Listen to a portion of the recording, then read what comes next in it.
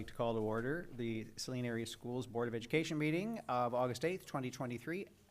As you're able, would you please stand for the Pledge of Allegiance? Pledge allegiance to the flag of the United States of America and to the republic for which it stands, one nation, under God, indivisible, with liberty and justice for all.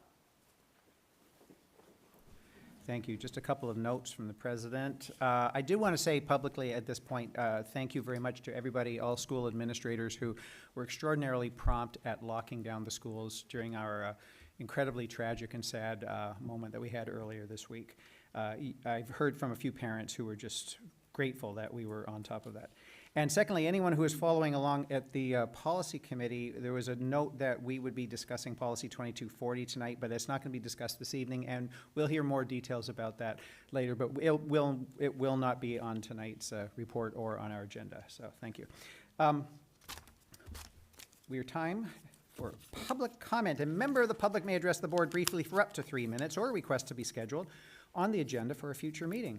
Please note that students will be given priority to speak on any topic. The first public participation portion of the meeting will be limited to 1/2 hour, 30 minutes normally, and limited to agenda items. A second public participation portion will be offered at the end of the agenda to allow for any other comment. Individuals addressing the board should take into consideration rules of common courtesy.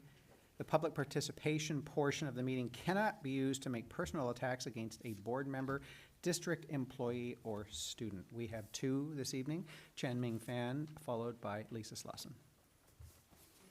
The floor is yours, sir, and I know you're an expert at this, so we won't tell you about the cards.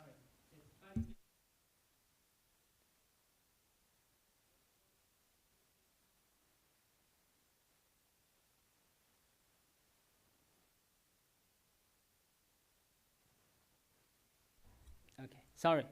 Do I start over? All right. I had the honor to participate in 2 meetings. Last hour, Mr. Garby, and give the good news, and the governor have the increase of the budget. Especially, I think it is $25 million for increasing vocational technology and career training. This increase dramatically have the impact of everything, especially vocational training. I also have another meeting today with the committee director, Ben Harrison. And here's what I have learned, how he prepared for tomorrow's meeting of the master plan for the city of Saline. Second part is especially look at future land use and tries to anticipate growth and change. The reason I mentioned these two things together is that here we have money prepared, here we have the city, really want to have next 5 years to have some creativity. And it's important for us to utilize the advantage we have. Saline city located at such a wonderful place, we have a lot of open space. And also Saline education system is open and have good ideas, and governor have the money prepared for us. I'm talking about the vocational training, education part, for example, aviation. I mentioned that for the last finance meeting, I think, and if you guys can remember. Why I mentioned about this, to put it simple, it is train the young people to fly, not fly kites, but fly drones. Why is that important? Why is that good for our economy, for our environment, for everything? I think it is, we have to compete with not only private schools, and also compete with the rest of the world. China have the event, have 10,000 drones to fly. All of this with light, and you can mark the long live Chairman Mao or long live whatever it is. So US have public school, have the advantages, Saline have the good thing, and we should put into some kind of plan Maybe 2025 we can do that. That's all I want to say. Thank you. Thank you, Mr. Fan.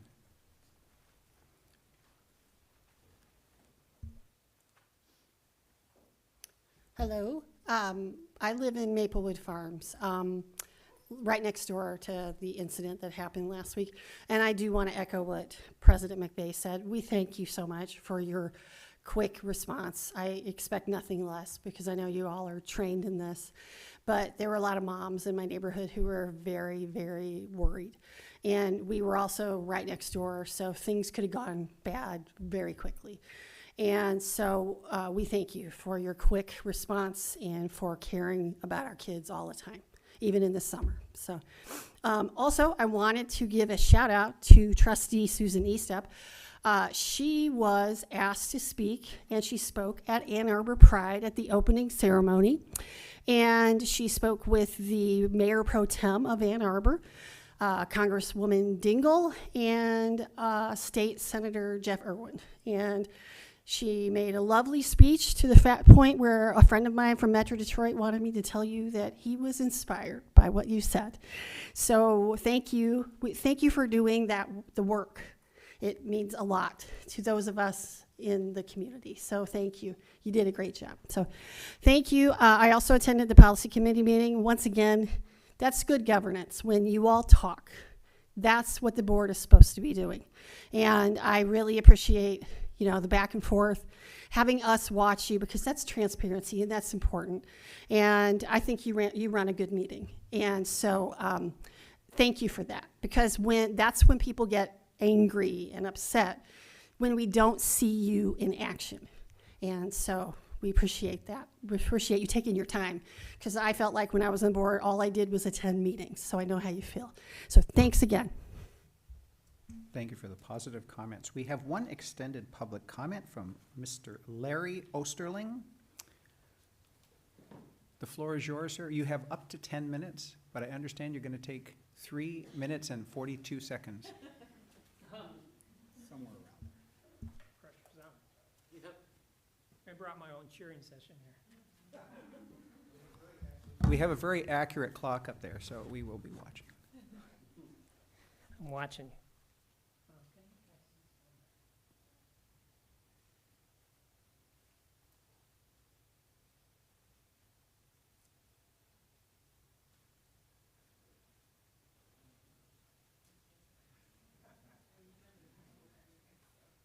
No peeking. The topic of my discussion is going to seem a little off the track, but actually it does pertain a lot to things that we all do in the community and school board. And that's namely our 3 service clubs, the Rotary, the Lions, and the Kiwanis. And I actually got to thinking about maybe some of the information that's out there that I've recently accumulated would be of interest to you. But first of all, I got to say, I do appreciate this time. I know you always have a full agenda. I've attended a lot of school board meetings. I know it go on. So yeah, I'm shooting for 3:42. And I, like I said, I do appreciate the time. What you have before you is just an information sheet, and it's basically an accumulation of 3 paragraphs written by each of our 3 main service clubs, the Kiwanis, the Rotary, the Lions. I collected it. I asked for it. Actually, I visited each club because I can. I have friends there. And usually they buy my dinner too, so it was kind of fun.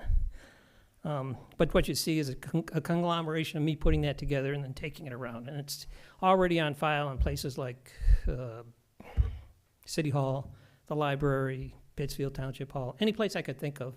I even put it on the bulletin board of Brookside Golf Course and places like that. So it's nothing new, but it's information I was just kind of hoping you would keep on file. And I started thinking about this. Maybe it's useful information to you during the scholarship awards at the Ellen Ewing Auditorium this last spring, because each of these 3 service clubs were there making generous donations to kids graduating.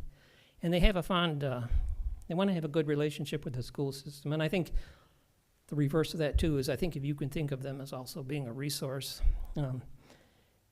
And one of the things from visiting the 3 clubs that I got, and there was a lot of commonality in this. They all started talking about, we're really down on our membership. One of the club meetings I went to was like 6, which is really small for what I remember service clubs in our area. And I'd hate to lose one, but it does happen in communities. It's happened in Chelsea. But that aside, we have some pretty neat clubs. In fact, the Lions are serving ice cream as we speak down at the library right now in front of the Fiddlers. You'd see the Weenie Wagon from the Kiwanis. They're going to be at the community fair, and the Lions, they serve the ice cream. Rotary has a big presence for this community fair. So I think I guess I don't want to preach to the choir here other than they do a lot of really good things. And so here's the real reason I'm here. Here's my spiel. All of them said, kind of got to the subject or somehow came about that they're really hurting for members. Maybe it's COVID. Maybe they don't tell enough people. Maybe they don't publicize themselves enough.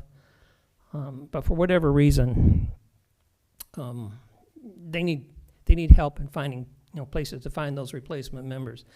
And by the way, retired teachers and administrators, retired school people, are like a really big breeding ground for people that maintain a high profile in the community. I mean, people like Taylor Jacobson and Cheryl Heft, who else? Paul Thibault, people like that. Betsy Marl at Social Service. I mean, they all had this community thing. So I think I'm talking to the right people and saying the right things here. But that's basically, I just wanted to share that information. Actually, the three clubs I visited, this is a sort of a side comment, the golden members are the ones that, like you folks, that have jobs and other responsibilities, but yet still find time to put in dedication like this. So those are really cool members for the service clubs. I know Steve is a Rotarian. I see him at chamber meetings, here or there, everywhere. He's even driving a school. Is he driving a school bus? Is that right? I don't think the guy ever sleeps.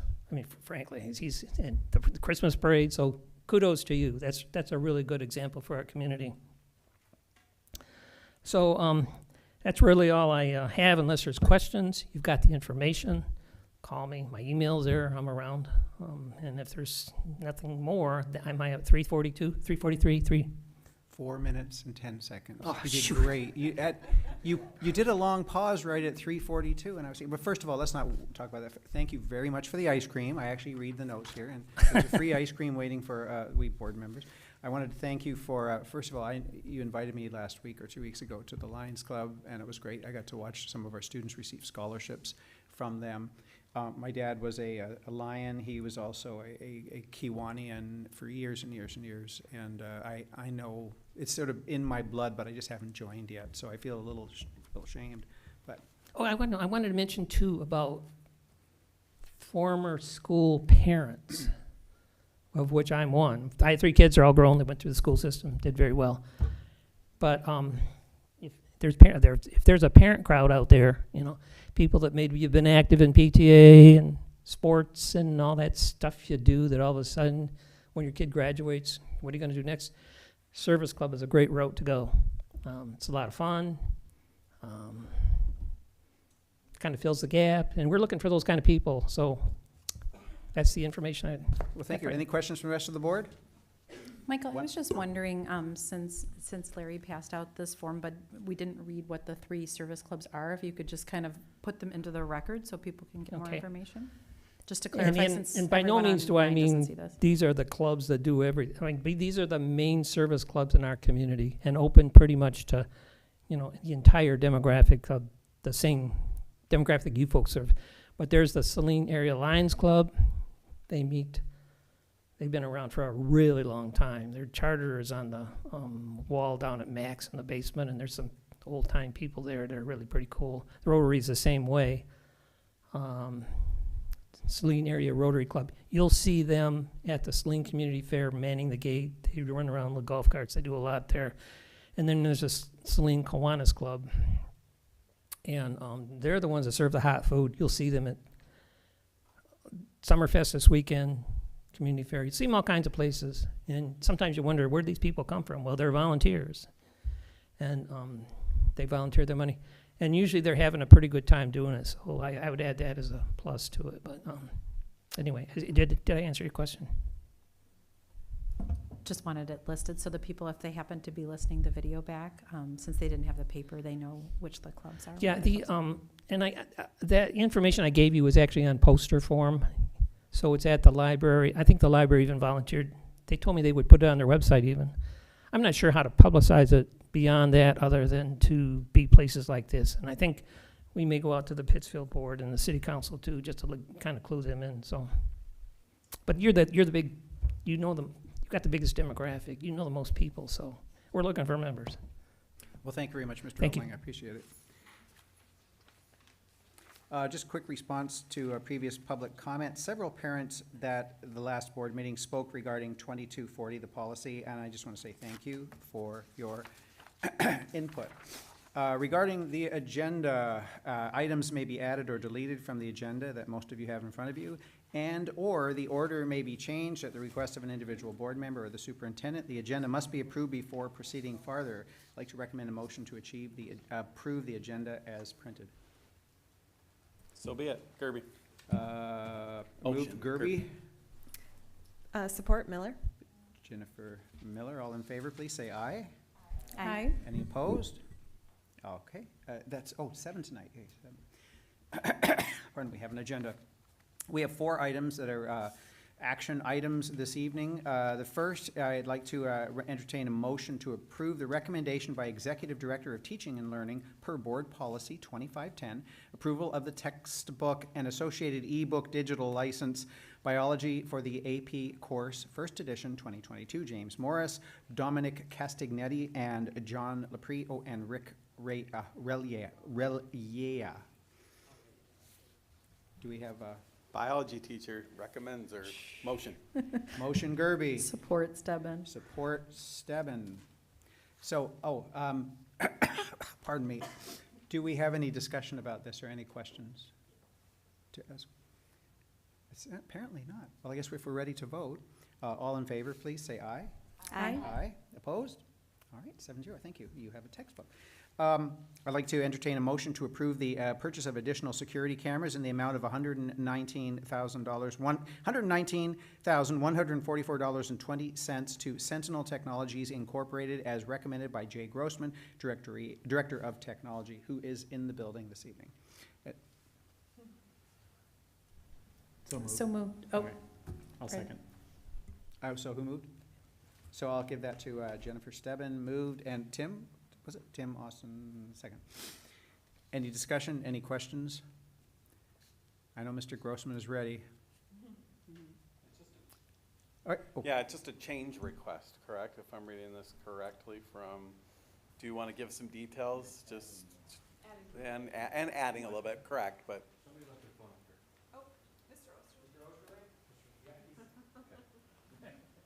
Just so our public.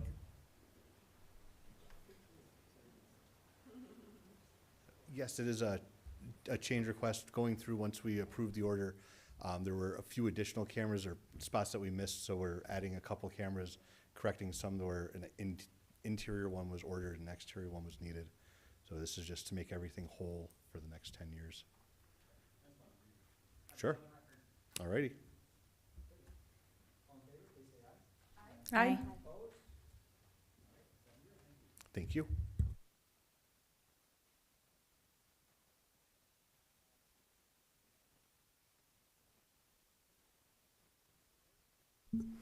The July 11th, 2023 closed session for the purpose of the school board to consider security planning to address existing threats or prevent potential threats to the safety of the students and staff under Section 8K. These are the reasons that we met.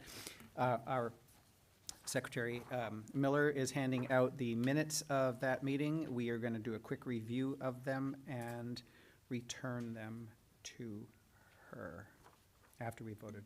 First of all, there's no motion on the table yet. Anybody going to move? So moved, Easta. Thank you very much. Support Stebbin. Thank you. Stebbin, support Stebbin, all right. Please do. Clarifying question. Because these are closed session meetings, if I see an error, how do I? Is it what would we call a scrivener's It's- error? Yes, it is. Well, then, I think you could just note the correct spelling error or Okay. edit it to Secretary Miller. We'll make the changes. Okay. Is it an extra comma?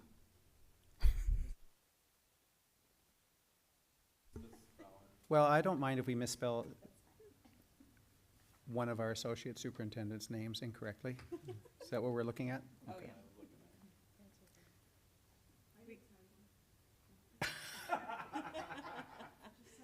Betty, it's okay. Nobody's blaming Betty. I'll throw myself under that bus. I sent you the notes, and at least the bus has a lot of cameras on it. Thank you, Mr. Grossman. We got an extra comma after your name, too. Nice. But is it an Oxford comma? When she collects them, we'll take the vote. All in favor, please say aye. Aye. Opposed? All right, we have minutes. Thank you very much. Recommend a motion, move to appoint the Thrun Law Firm PC of Lance, I'd like to entertain. Can you tell me who made those motions? I'm so sorry. Those motions were made by Susan Eastep and seconded by Jennifer Stebbin. I'd like to entertain a motion to appoint Thrun Law Firm PC of Lansing, Michigan, and Collins and Blaha PC as legal counsel for the school district or board for the 2023-2024 school year. In addition, the district is authorized to utilize other law firms pending areas of expertise.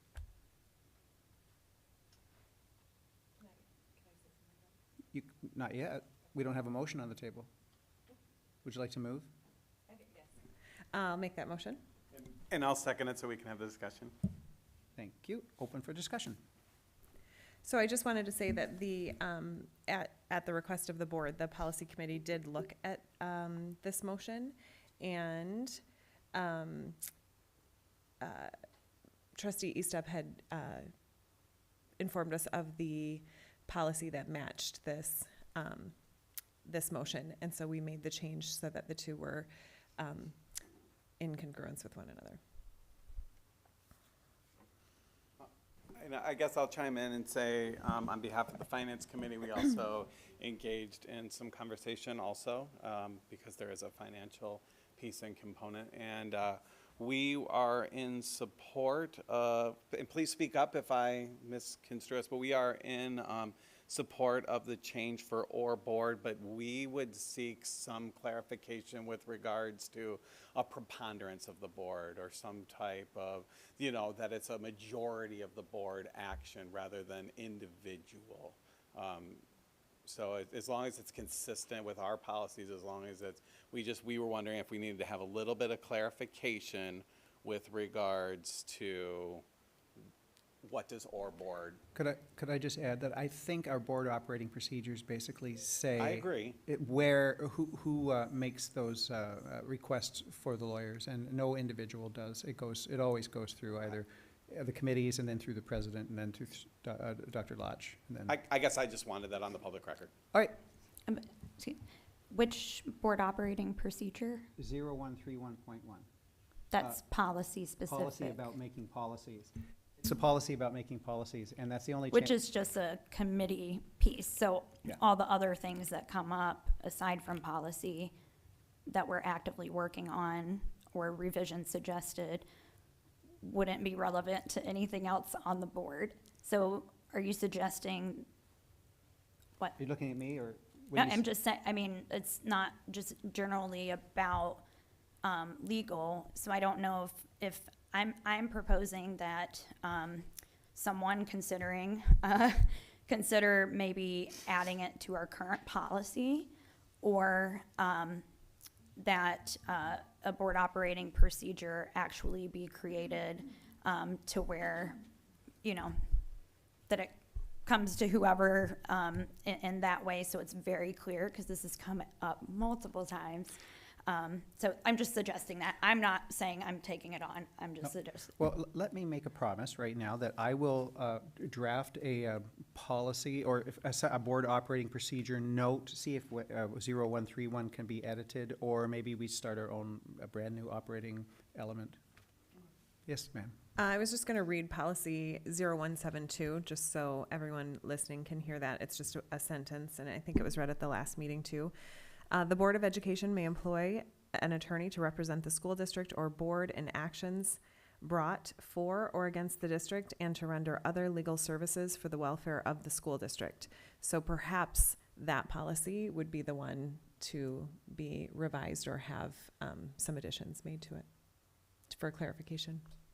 All right, well, perhaps this time next year we'll have a more robust policy. It'll only be 2 paragraphs long, but at least it'll parallel what we have in our existing policies. So it sounds like there are policies that exist now that we can address. Yeah, and another spot may be under the president responsibilities too in that policy. Right, thank you. Appreciate that. Thanks for the discussion. All in favor, please say aye. Aye. Opposed? Okay, we have modified that, no, 7-0. We have 2 scheduled reports this evening. Please excuse me, I am deathly ill. Yeah, everyone moves. I am propped up on medications like you would not believe. And I'm okay, I'm okay. I've had 1 head cold in the last 3 years. Thanks, Mom. Okay, I am a mom. I know. So the handbook review, please, I'd like to, she threw it at me.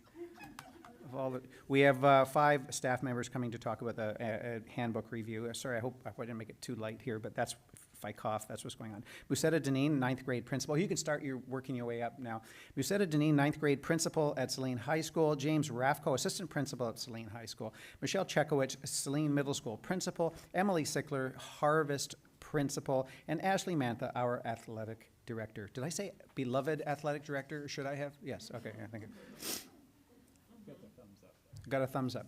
So we've all reviewed, and I hope that if anyone in the board asked questions, they had sent them to Superintendent Lodge. When you're done with your presentation, if there are any questions, we'll try and keep track of them all and go from there. Thank you. All right, well, thank you so much. I'm glad that you're able to do some of this review. We'll go through our presentation here quickly to give you some of the information that we have worked really hard over the past year. So, as we start, why review handbooks? Because our handbooks between our elementary, secondary, athletics, extracurricular, are 50 plus pages. So there's a lot of them. So really thinking about that idea of why do we refer to those handbooks? They set those expectations and provide guidance in a whole variety of pieces. They are looking at creating that cornerstone of our missions, of our values. They really set the stage of who we are from our very youngest learners all the way up in all of the different spaces that we learn, that we play, where we grow. They show our building and district operations, again, in all the different spaces where we are. They show the codes of conduct, and then they just show the programming, because there are lots of different spots that you see where we do this learning, and we want to make sure that no matter where you are, we can talk about what that looks like and all of that type of learning in all of the different spaces. And so we've done that work in those handbooks so that families can know exactly what we're looking at no matter where they are. So what is the process that we take to review our handbooks? So we have a cyclical process. Our handbooks are not a stagnant document, but they are dynamic and changing when they need to throughout the year. So in May, we review feedback and input from our learning community across the district in all of the different buildings. We review the changes and updates that have happened in policies and procedures across the district. We also update language, personnel shifts and changes to keep our handbooks current. So if you're trying to access a particular individual in the district, you have that current information. We review the data and needs from the past year that have occurred across the district. We review the young 5s through 5th grade meet in a task force to take a look at their needs, and grades 6 through 12 meet in a task force. Our athletic and curricular work to come together to take a look and collaborate with the other groups that help govern our school functioning and programming. In June and July, we then finalize that language so that we can put that out to our learning community in all of our newsletters and out through our website and the Return to Learn verification forms. So we're very excited to share that process with you today. And for those of you who love Venn diagrams, we know we've got some educators up there. I know that Ms. Deneen and Mr. Rafko are going to talk a little bit about how they're similar and how they are different. Hi, good afternoon. I'm sorry, I think I got so one way in which our handbooks are similar is that they're a source for both the building and district information so that you can find that they're going to be similar. We want them to be worded similarly because we don't want to be in a situation where our handbook at the high school looks different than what the district actually supports. You'll also be able to find codes of conduct for different levels so that you can find what we expect out of students when they're on our grounds.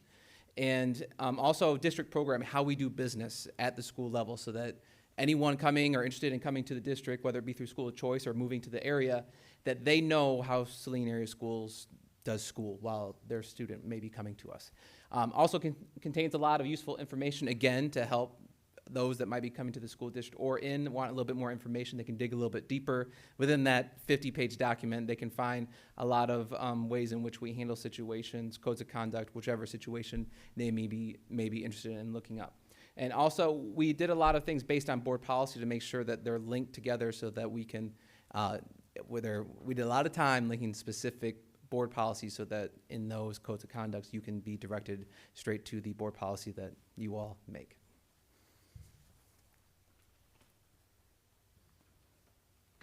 Okay, so I'll get to talk about some of the differences. And so as Mr. Rafko mentioned, when it comes to expectations for behaviors, we do make sure that the language that we use in our handbook is developmentally appropriate.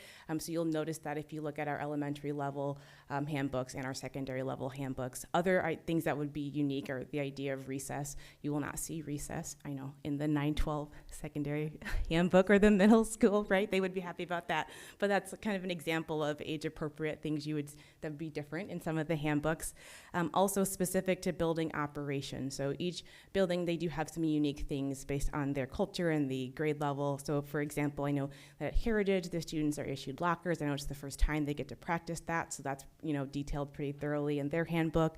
At the high school level, credits for classes. So there's the counselor and guidance counselor section is a bit more thorough in terms of credits that students need to earn, who they can communicate with. So again, another example about that.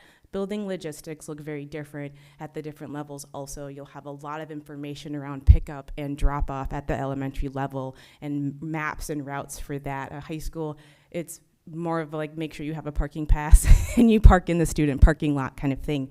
Expectations and then criteria, so based on activity and developmental age.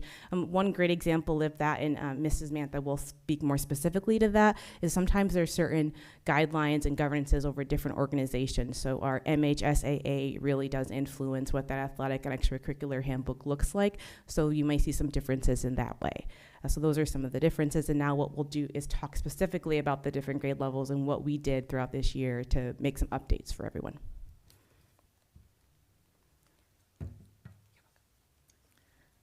One of the biggest changes we did in the elementary handbooks is that we were a completely alphabetical handbook. And so that looked really nice in the table of contents, but it wasn't super user-friendly. So we went through and categorized it and really looked at putting pieces together so families could look and really pull up like, oh, here's the daily operations. I'm really thinking about at that elementary level, we are welcoming a lot of families for the very first time. There are pieces about programming, there are pieces that we just want to have, but sometimes you just need to know, like, do I bring birthday treats? The answer is no. And that's because of board policy, that we don't do that anymore. And so we wanted to make this handbook really user-friendly. And so not having that like scroll, where's the birthday treat part? Like here's the whole section. What Mrs. Deneen talked about the drop-off and pickup, that's very important. So like let's have that in those spaces. So we reworked that whole section at the elementary area to make our handbook very user-friendly friendly.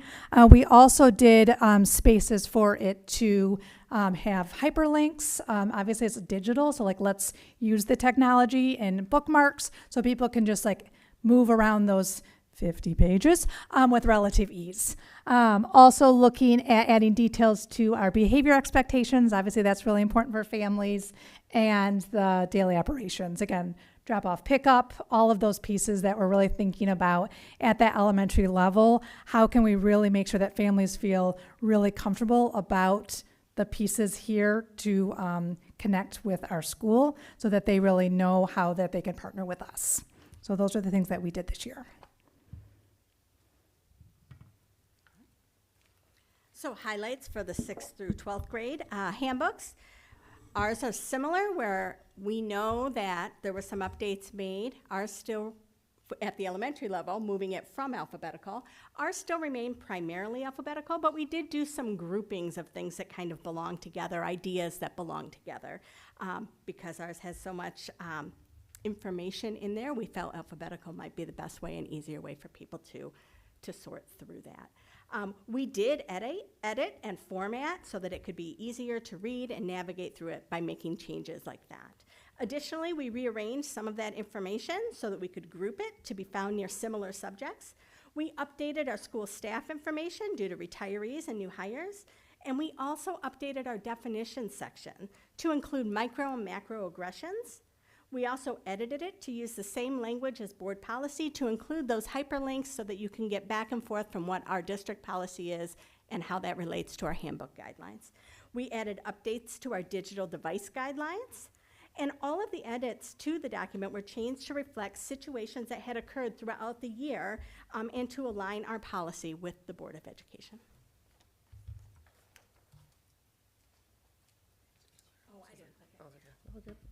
I got this. Hello, everyone. So for athletics as well, it's been many years actually since our handbook has been updated. And so ours is not 50 pages, I'll save you the reading, but it did go from 10 pages to 16. So like I said, there's a little more content in there that you'll see. A lot of those sections up here that we've updated just because we're kind of getting with the times, right? It's been so many years, some things just naturally had to be included. For example, online classes and grade eligibility. 10 years ago, you weren't really checking online classes and did they follow the same trimester schedule as our other current classes, right? Or NIL deals, maintaining your amateur status kind of thing. Some things have just naturally occurred that need to be updated.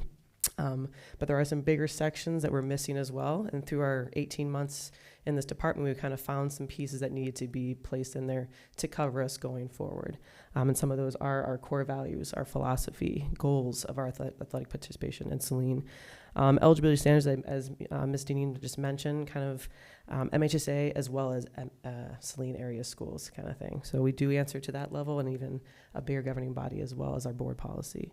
And so we actually added the Saline bridge to civility as well, just kind of having that part of our addressing a concern, having those tough conversations, and basically a chain of command, so that kind of thing. So we brought in a lot of, as mentioned before, we brought in stakeholders, specifically our coaches and community members back in February, all the way to June to kind of address what was missing, what was needing to be adding, what was needing to be edited. And so we kind of took many hours in our department and coaches to kind of reevaluate and edit this updated handbook. And it does match the Saline Middle School and Saline High School handbooks and the Board of Education language and policies. And then to go on with that as well, the extracurricular. So some of you might have already known this. I'm not going to speak on behalf of, I guess, community ed and Lori Dawson of clubs and activities, but we are one big cohesive unit kind of thing. So I'm going to speak of it today, but if you have more questions of how they're using that, they can definitely answer that too. But last year we started this very cohesive Saline area schools extracurricular kind of handbook. So athletics is driving that force. So when you open it, you're going to see basically it looks like the athletic handbook. But we started to see some situations last year, in the past actually a couple years, where the clubs and activities and community ed activities need to be underneath similar guidance, so to speak. For example, we have, high school boys volleyball. They're under community ed. No one's checking grades. No one's checking, their consequence and so forth. So now we're more cohesive together, so to speak, right? And so we're basically one united front with athletic department, clubs and activities, and community education. And that was united front basically started last year, and we're going forward with our edits as one big group, as I mentioned, cohesive and very consistent. So let go. It's me again. So as you can see, our handbooks are really comprehensive, and they're really helpful resources for our family, for Board of Ed members, for administrators and teachers. So they're a wonderful resource for you to refer to. So how do you find the handbooks? You can look at any handbook throughout the district by going to the district website. When you first get onto our landing page, you're going to want to go to the schools page. You can select any school. And then you can see in the image, there's a yellow toolbar kind of along the bottom of the screen there. And I've drawn a red arrow there to indicate it'll say handbooks. And when you click that link, it'll take you to all of the handbooks across the district, and you can select whichever handbook it is that you would like to view. So that's how to access them. If you'd ever want to take a look and read through those handbooks, there's a lot of really wonderful information in there. They're very rich and comprehensive. And so with that being said, if there's any further information on guidelines, policy, handbook information that you'd like us to research for you, feel free to submit any questions to Dr. Lodge, and we'll be happy to gather that information and get back with you with it. Thank you. Team, well done. Thank you very much. If there are one or two slight clarifying questions, I think there might be some time for that. Oh, have you finished? Yeah, we're all set. Great.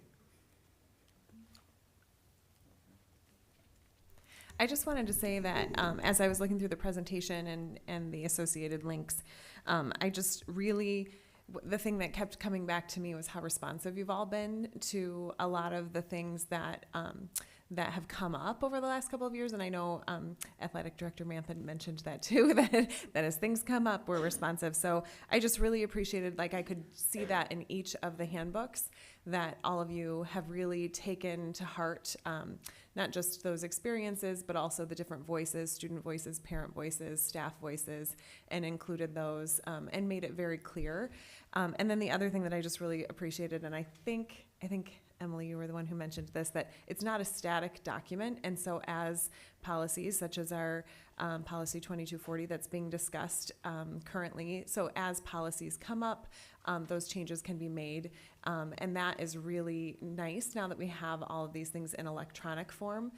So I wondered though, and if you don't want to answer tonight, you can let us know, but as changes are made, if it's made throughout the school year, is there like some sort of notification that goes to students or families so they're aware of those changes and can make adjustments accordingly?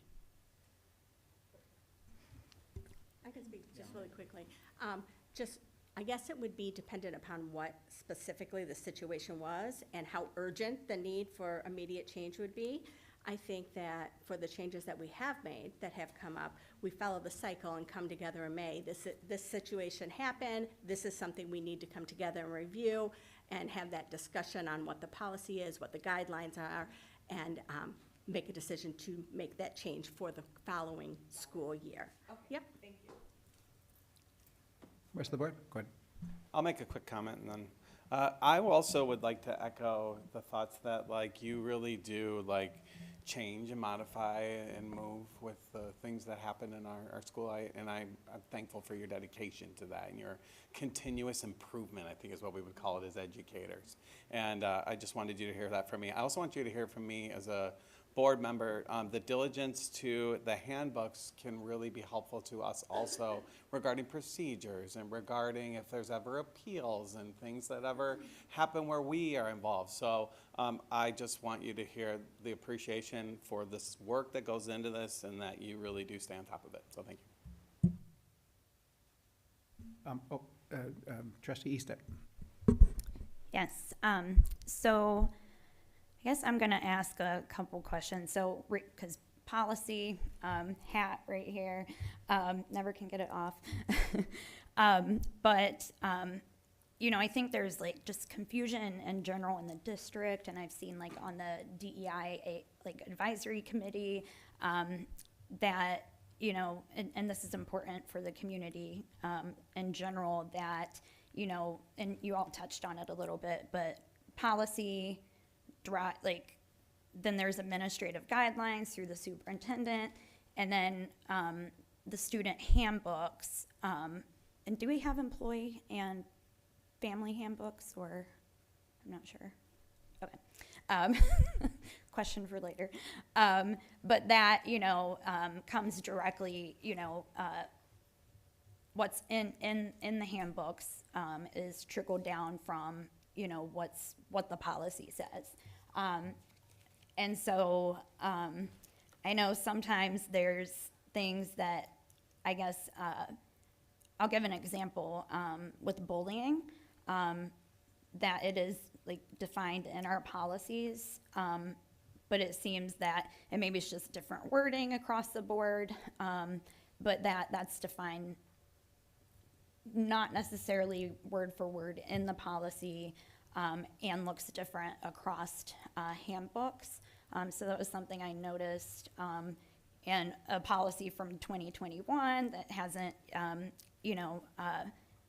been changed. So I guess a question with that would be oversight, as far as, we're changing policies all the time, and it might not be a huge major thing that comes to the attention of, admin, and just kind of pass through.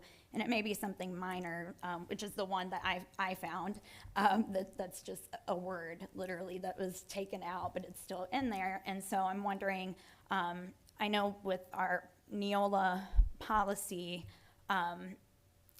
vendor that we sometimes get handbooks, and it's not approved by the board, but is there to reflect, and I don't know if you all have seen those, to reflect what changes there were for that year.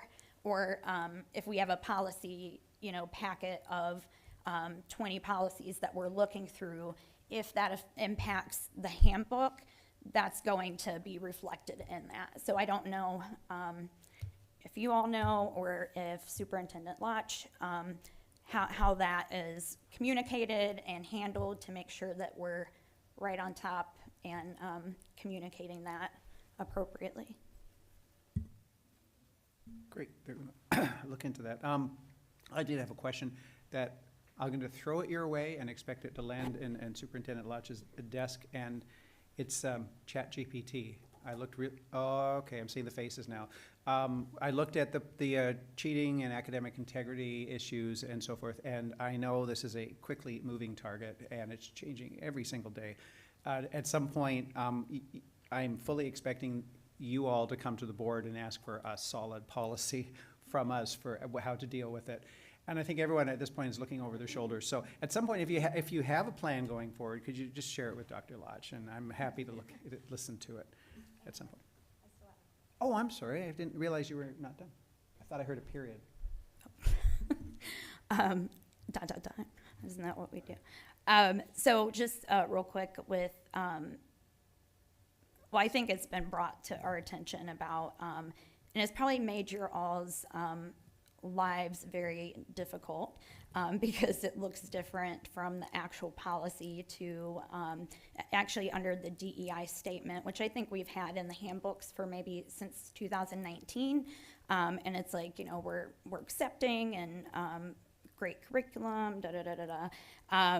And then there's a sentence that says, if any student or family is sensitive to any particular topic, so associated with the DEI, that they're encouraged to discuss this matter with the teacher. That's an example of our policy is totally not that. And so if, families are seeing just that, right, that's, that looks very different and more, it's something we're working on now, but even this isn't reflected correctly from the current policy or the one that we're working on. And so, those are kind of some things to look for if you're well, there's not really much information there, maybe thinking about the policy and how that interacts with it, because I don't even think a student's allowed to do that. So that's an example. And I had a question about the micro macro definitions, and if DEI advisory committee was involved in that. I guess how does it impact like the hate speech acts statement in the hand guide? So I'm just curious about how that came about, if you're able to answer that. Can you speak on I don't think everybody. We can research all those questions and get back to the board as soon as possible. I just wanted to say it's great to see all of you. Happy summer, and thank you for setting the table for a safe and efficient year. I know that this annual review is really important. It takes a lot of time, but it's incredibly beneficial for the families, especially as Emily said, when families are coming into our school district. So thank you, and happy August, almost a few weeks. Thank you. Hearing no more questions, I just want to say thank you very much for the presentation. I appreciate it. We're going to call up Ms. Kara Davis. Oh, you know what? One thing I should add too, though, before everybody goes, thank you, the five of you. Lori Washington was actively involved in this too, and did a lot of coordinating with handbook reviews, and couldn't be here tonight because of a death in her family. So I just wanted to point out she's been active with it too, and we appreciate her. So, Kara Davis has got a presentation on the K-12 Insight School Quality Survey Report. Yes, good evening, board. It's so wonderful to see all of you. I hope everybody has enjoyed the summer months and continues to for a few more weeks here. Spoiler alert, the report that I'm summarizing is 217 pages. So after we've gone through all of that, We've this got the is time. much longer. However, I have compressed it into about 27 slides or so. So I'm going to do my best to summarize some of our key highlights from our district quality survey this evening. And I've got quite a bit of information to share with you. So I hopefully have answered quite a few questions within the report itself. And then I'm happy to jot additional questions down at the end. In this summary report, my hope is to explain the district quality survey to you just as a reminder of what the tenets of the survey process is, review our district strategic frames as well as the correlated highlights to those frames from the survey results themselves, and then considerations from for our continuous improvement planning. And then at the end of the report, there is a link to it if you would like to dive in even deeper. So essentially the process with our district school quality survey is that we are partnered with K-12 Insight to help us create an annual survey that we administer in the spring. It is administered annually to monitor growth on our goals and to ensure that we are using data to drive decision-making across the district across the year within our continuous improvement plan. In the last couple of years, we have really strived to use the same survey with the intent to better compare results. And we also have incorporated under the guide of K-12 Insight some nationally normed questions so that we have a wider perspective on how our district compares to other districts nationally as well. In terms of participation this year, we have a little bit lower participation. You can see there's a comparison between 2021 and 22 and then 22 and 23. We've actually been giving this survey for a lot longer. And when I look back in some of our files, I could go back to 2011, 2013. It's been under different names. We called it our Compass survey at one point in time. We actually call it School Quality Survey, and it also has District Quality Survey information in it. In this case, we've tried on a variety of different means to administer the survey. So different times across the year, mostly in the spring, where we're trying to get end of year information. So in 2019, for example, we tried March and April. In 2022, we tried May and June. And in 2023, we tried April and May. All of those are us trying to find the right cadence and approach for getting increased participation. In this case, Dr. Bowl does say that our number of responses is trending with the national norm. We'll get those actual reports from the national norming later this fall, and I'll be able to share those with you electronically. However, she wasn't overly concerned. She's our partner in the work with K-12 Insight. She was feeling like we were on track with what other districts were experiencing as well in terms of response rates. We did consider extending the survey this year. However, due to some of the circumstances in May that we were experiencing, we really did feel with the number of emails that were much more critical about some of the situations we had in the district, that was what our priority was in that moment. And we also felt like that the survey results might be biased as a result of that, or skewed, if nothing else, because of the events that were happening specifically at the high school and middle school. So with that, I do have the feedback in terms of having looked at a number of these different surveys and being able to compare them to also our internal surveys that we give to our staff on an annual basis. It does seem like the information that I'm providing you tonight is on trend year over year with what we're seeing. So I feel pretty confident in the results that we have. With that in mind, we're always striking the balance of trying to improve. So one of the things are when we think about considerations for improvement in 23-24, so this year itself, I do want to make you aware, I'm like really wary of solution-itis. However, because we have committed to a dedicated improvement plan, we are using the same survey, we've already started to think about some of the ways in which we can improve some of the results that we're seeing and seeing trend year over year. So in terms of improving participation, we're going to continue to think about determining the best window of opportunity. There's a lot of factors at the end of the year that influence the results, such as state testing. Our students have a lot of different required activities and or extension activities like camps and field trips and activities that are closing up the year. Spring sports, of course, don't just make families' lives busy, also the students themselves are very busy. So in order for us to find that sweet spot where we can get our, the best results that we can get, that's one of the things we're going to continue to examine is what does that best window of opportunity look like. And then I think that consistently administering the survey and using data to drive decision-making is another great way to increase participation. The number of years that we do this over and over again and people see that we're using the data and that we're connecting the decisions that we're making to the data, I think will increase participation because we're showing the value that the district places on stakeholder feedback and their participation in decision-making. And then, of course, one of the opportunities that we see some success in is when we are specifying a schedule for student completion. It does have to remain optional, and we are really committed to that. We do send the survey out ahead of time in a PDF form for families to preview as part of our just guidance around how we do surveys in the district. However, we do want to look at ways that we could say they can take it during this science class or during this advisory time and still find a way to make it comfortable for families who opt out for their students to not feel like they're being ostracized or out of that particular experience as well. So those are some things that we're looking at regarding participation in the survey. Some additional information that is worth noting.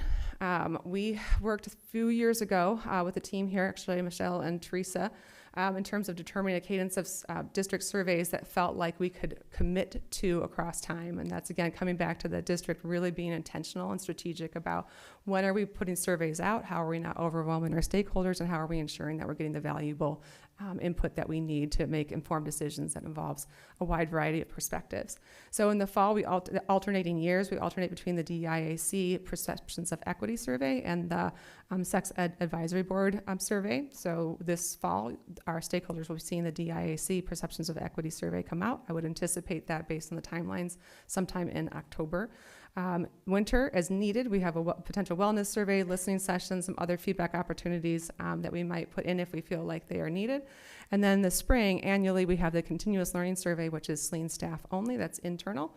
And then we have the SAS quality survey, which goes out to all the staff, and that is the one I'm presenting on tonight. So I'm not presenting any other information, but we have all of these other data points as well. Another interesting piece of information that's worth noting before I launch in, I didn't use the graphs from the 217 pages. There were a lot of them.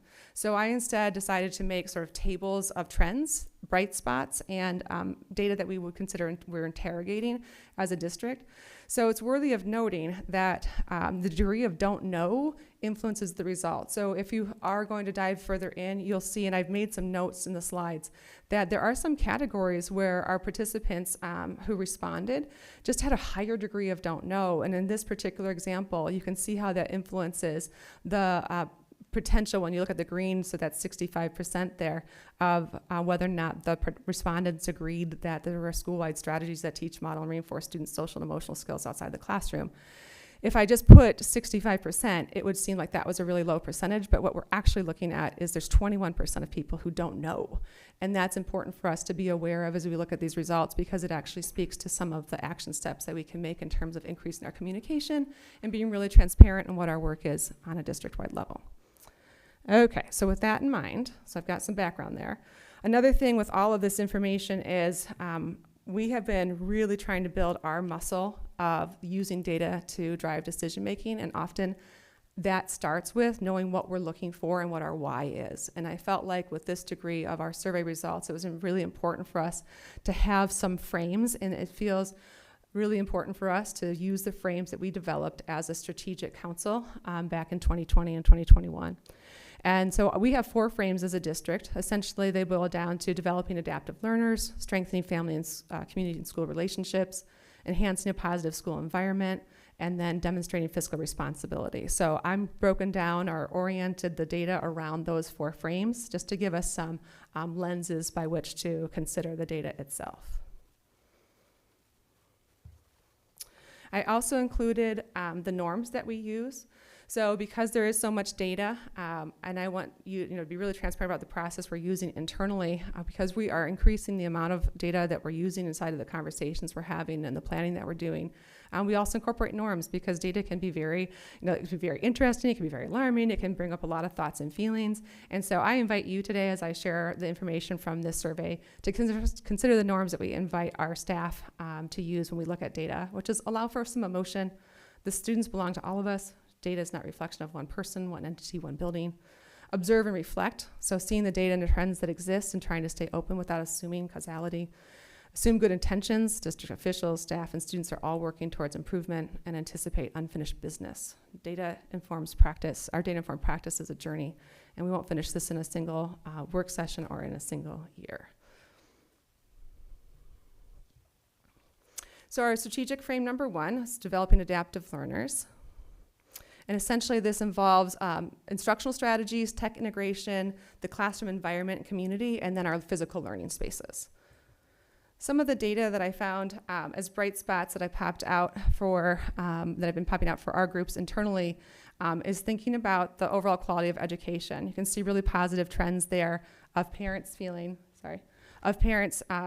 the schools as excellent or good, campus-based staff rating the schools as quality as excellent as good or good, same as secondary students and our elementary students. So you see high percentages there in terms of the perception of overall quality. Similarly, with respondents indicating that teachers have high learning standards and expectations for the school, that the students are academically challenged by their schoolwork, and that respondents, there's a repeat there, but that all the students are academically challenged by their schoolwork, and that they can demonstrate collaborative leadership, effective communication skills, creativity, complex thinking and problem solving, and digital literacy. 85% of our parents and guardians and teachers believe core curriculum is rigorous. Students were more around less than 75%, and then 80% the school offers a variety of opportunities.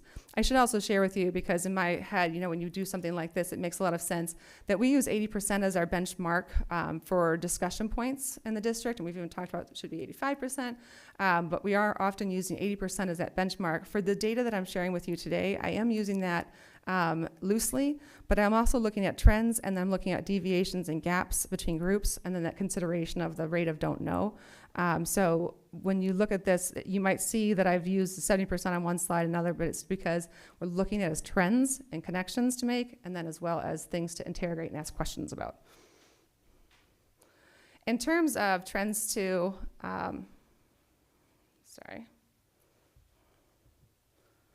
in terms of areas to interrogate more closely, some things that popped out as interesting to me and also connected to some of the work that we've been doing across the last 2 years is this idea that world language curriculum is less rigorous. That was really reflected by our parent and guardian group. There wasn't a high degree of don't know in that particular category, whereas students and teachers were greater than 80%.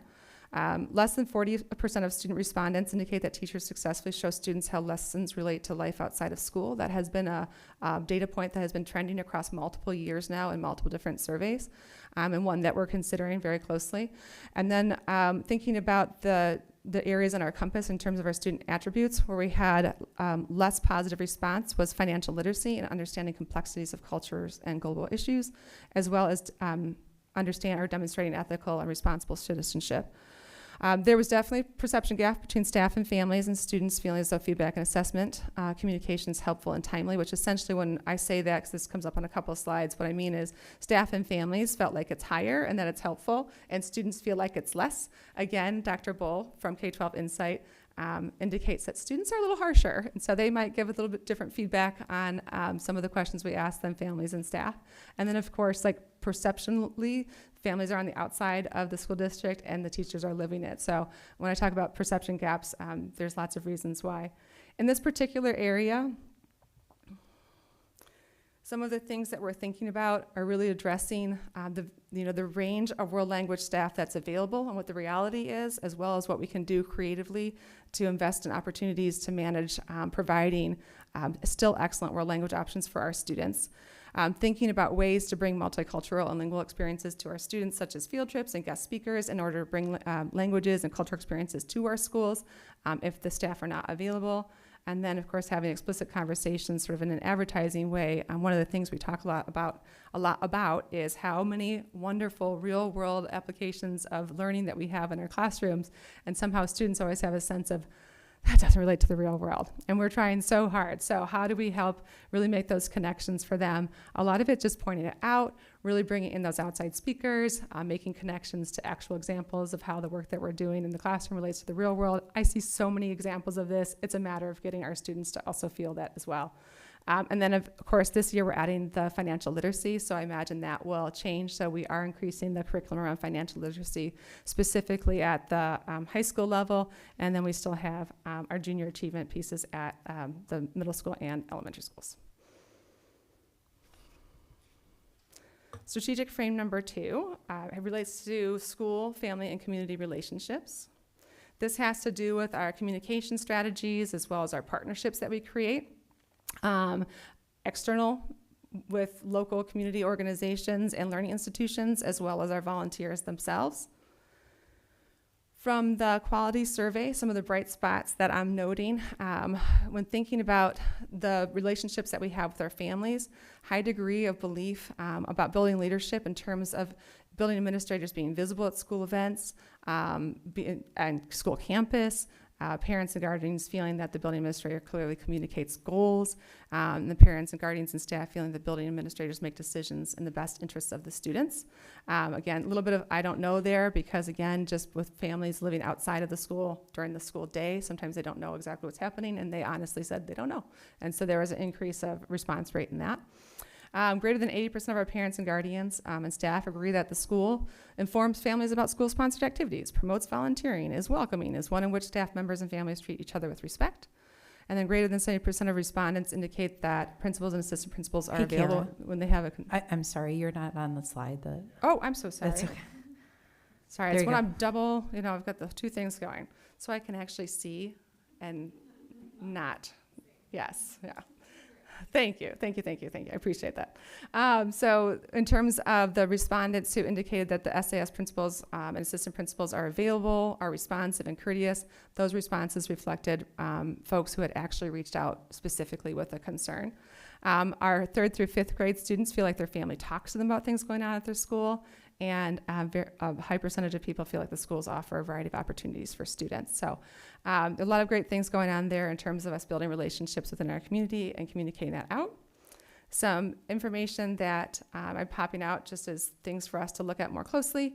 And again, this has to do with this particular one. Again, you see those don't knows at the bottom. Students don't feel as confident in the building administrator clearly communicating their goals or making decisions in the best interests of their students. However, in that one, I want to say there's like 15 to 20% of students that don't know, which is one of the things that we can do is help make that more explicit, which is in my considerations. There is a perception gap between staff and families and students feeling as though staff are available to help with personal and individuals. So staff and families feel like there are staff available to help with personal and individual needs, whereas students don't feel quite as high in that particular area, so there's a perception gap there. 70% or less than 70% of parents and guardians and students feel the school values and uses input provided by families to improve the school experience. That one, there's a high degree of don't know on that one. And then approximately 15% of parents and guardian respondents indicate that they don't know whether the school values input has opportunities to participate in decision-making or has opportunities to provide input on the improvement process. So when thinking about considerations for this coming year, even in looking at the handbook work that was just presented and how valuable that is and communicating more clearly, like that's a step that was already in action because we were seeing some of this last year. So in thinking about our considerations for, reducing the amount of don't knows and increasing the sense that that they are valued and are involved, improving our communication with our students, involving them in meaningful ways in conversations around school improvements, so and taking ownership over their own buildings. So including them more actively building level goal setting and action planning, working with our social emotional wellness professionals and the wellness committee to design and then redesign, if they already exist, the availability of resources in accessible formats. Explicitly and frequently advertising to families regarding opportunities for input, and being really transparent on what data is collected and how it's being used to drive decision making. Because while we are doing this, and I stand in front of you as the board, we can get better about actually making it accessible to our families and showcasing it so they recognize the ways in which their voices are really mattering, and having an impact on the work that we're doing for their children. Strategic Frame 3 is about enhancing a positive school environment, essentially staff and student well-being and positive morale. This one involves the providing safe, secure, emotional, and physical environments, fostering initiatives that enhance a positive school community for students and staff, creating a culture of inclusivity, and then providing district-wide leadership opportunities. The data that felt most correlated to this one that I popped out has to do with thinking about overall student support. So a high degree of respondents indicating that students had a staff member who they could go to for a school problem. The data, the point that I given to you before, was a personal problem. That's distinguished in the survey. So it does feel like students have somebody. When I say respondents, it means the families respondents, the staff respondents, and the student respondents were all above 80% in that particular question area. So that they feel confident that there's a staff member they can go to for a school problem. They can go to somebody for a technology problem, and that they believe that the schools offer a variety of extracurricular activities, so there's things for them to do.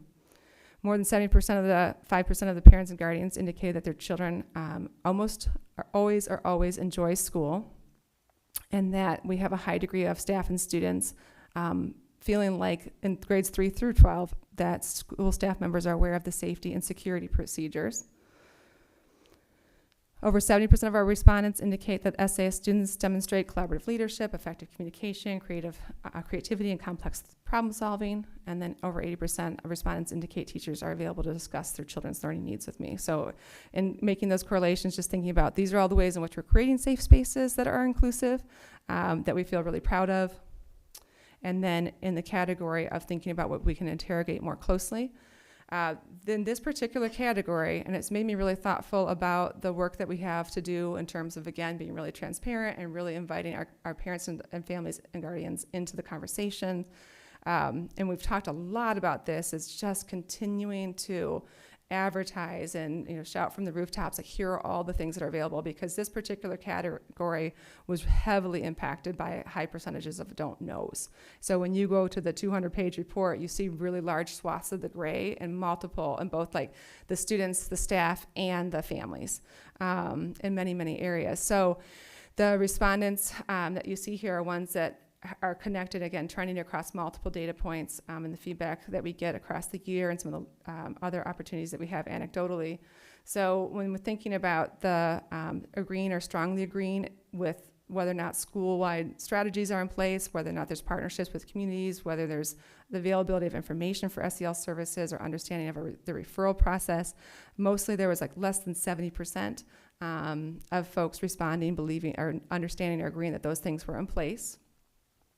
I want to say that it was varying somewhere between 10 and 20% on the don't know there, so you can see how that would vary the final percentages there.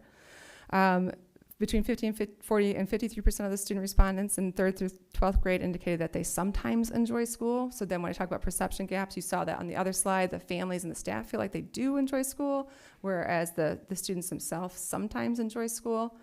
And then approximately 45% of the staff and the 6th through 12th student respondents disagree with a statement that discipline is enforced fairly for all students. And then while staff identify being responsive when students report bullying and tolerance of bullying, students and families indicate much higher rates of don't know in that, which does make sense. Again, situationally, staff are in the buildings, they're talking with their principals. So it's like thinking about, again, with some of the transparency pieces from the handbook that we're talking about, some of the discipline work. We did a report this spring on our discipline practices and some of the work that we do to create positive environments. These are all methods in which we're trying to be much more clear about how this work happens within our public institution and be transparent with our stakeholders. And then this last one, approximately 40% of staff and 6 to 12 student respondents strongly disagree with the statement that students treat staff members with respect. Family members responded more positively than that. So to think about coming up this year, some of the things that we are focusing on, we are making a district level shift in terms of focusing additional district level PD on social emotional components. This has been happening vastly at the building level, more intentionally and strategically. So we're adding some components there, which I will expound upon in my next report in September when we do our continuous learning report about our continuous improvement goals. We've been attending to building level educational opportunities for students and advisory-like experiences, incorporating parent educational series to partner with families in different categories. So we'll be starting that this fall. Explicit and frequent, you see this often, advertising families and students regarding what resources we have available for them. And then ongoing cross-district alignment to gain consistency and transparency as relates to behavior and discipline. And you've seen many examples of that just in the last 12 months around the work that we've been attempting inside of the district to get at that goal. And then finally, fiscal strategic frame number 4 is fiscal responsibility. In this particular case, there wasn't, there aren't direct related questions necessarily on the quality survey, so I made some correlations, so there's only one slide. This one has to do with our proactive planning strategies, sustaining the overall health of the district, and identifying ways to communicate with our stakeholders about our financial plans. So some of the data I was able to lift out to share with you this evening is our retention of our sense of whether or not you would refer Saline area schools to a family member or friend.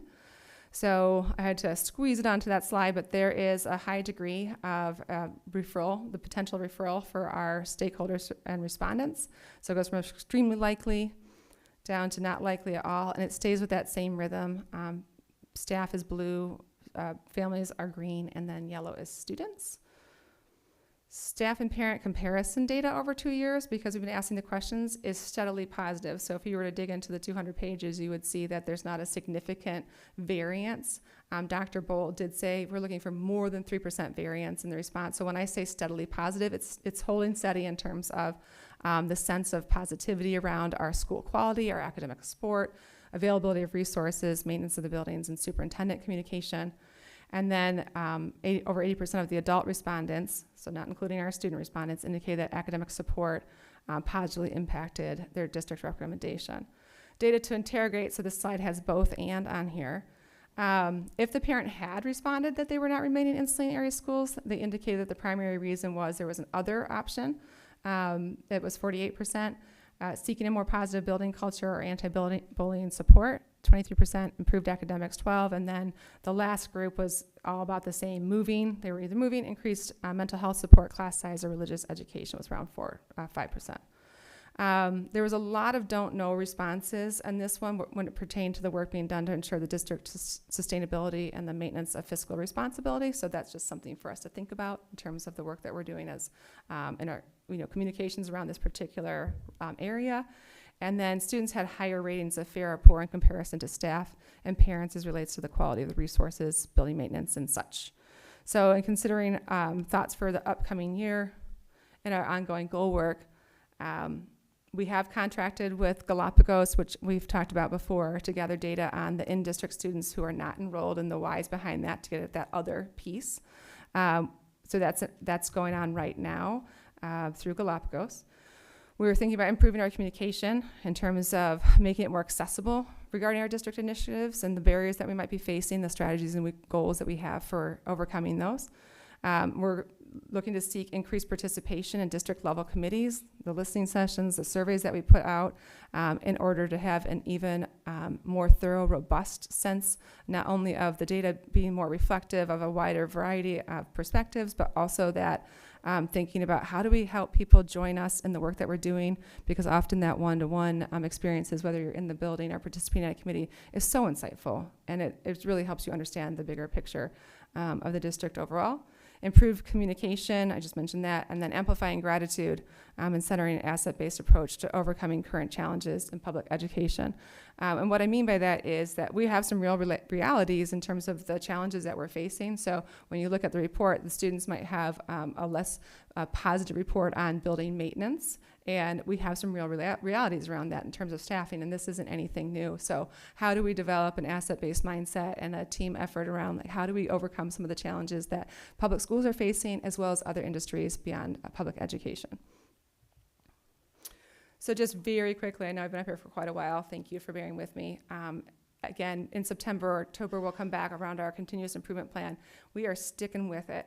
So one of the great things about us adopting the Michigan Integrated Continuous Improvement process is that we are staying with the goals that we have developed, and that continuous dedicated cycle to answer this particular question, like how can we better connect stakeholders to create interdependent and aligned processes and people working towards a common goal to bring about desired results.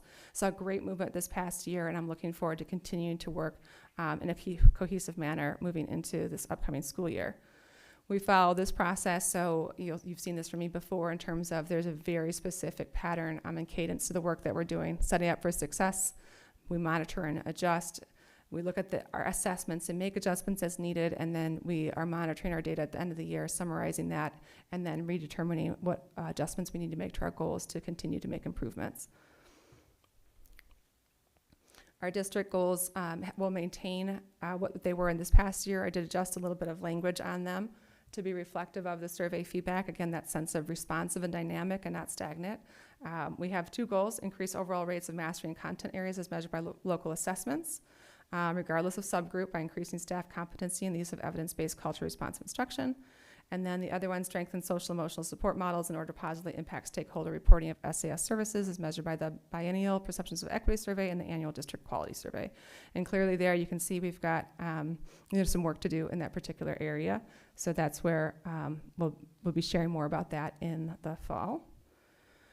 And then as a preview, we're on the journey, right? So it is already August. We're bringing in our new teachers, our new staff this coming Monday. And so as we start this journey, you've actually seen some evidence of this already, some action steps to support our success as a part of our continuous improvement plan, and to be responsive to the feedback data that we are receiving.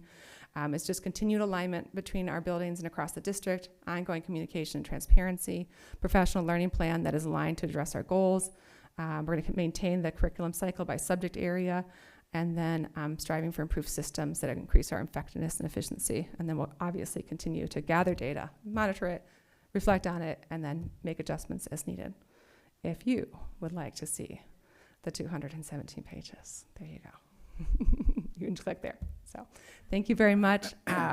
If I know that was a lot of information, so I'm happy. I promised myself I would bring my pen up. I don't know that I did, but maybe Steve can jot them down for me if you have any questions that I can come back to later. I do want to say thank you for that thorough analysis. It was as thorough as it can be in whatever length presentation this was. I appreciated the asset-based approach. I appreciated also the alignment, goals of creating alignment and in transparency, and I'm sure the rest of the board may have some other statements too on that. Thank you. Thank you so much. So we'll start with Jennifer Stepp. That was a lot, thank you. You're to welcome. amplify what Michael already said. I just had one clarification question. Yeah. If you could pull up frame 1, areas of inquiry, additional inquiry, with regards to financial literacy. I just wanted to, it's hard to read on the yellow, and so I just wanted to come back to it for a second because that's an important piece. There you go. Yep. The last one, adding increasing financial literacy component for high school graduation. So last year, Governor Whitmer signed House Bill 5190, which requires financial literacy for our class of 2028. So incoming freshmen, fall 2024. Is your idea there to pull that forward and make that a requirement for our incoming freshmen forward, or to still wait until it's required by the state? We are not trumping the state's requirement for graduation. So when that happens, we'll be aligned to it. But we are running the classes starting. Pull it forward. Like I think financial literacy in high school is incredibly important. I think that's a board decision. So so we are pulling forward the classes and the curriculum. We'll be starting that this fall. Okay. All right. Thanks. I just wanted to make a little note that because this is a report that probably myself and Brad have seen similar reports before, so I did deep dive into the report just because it's something I'm used to reading, so maybe it wasn't as cumbersome.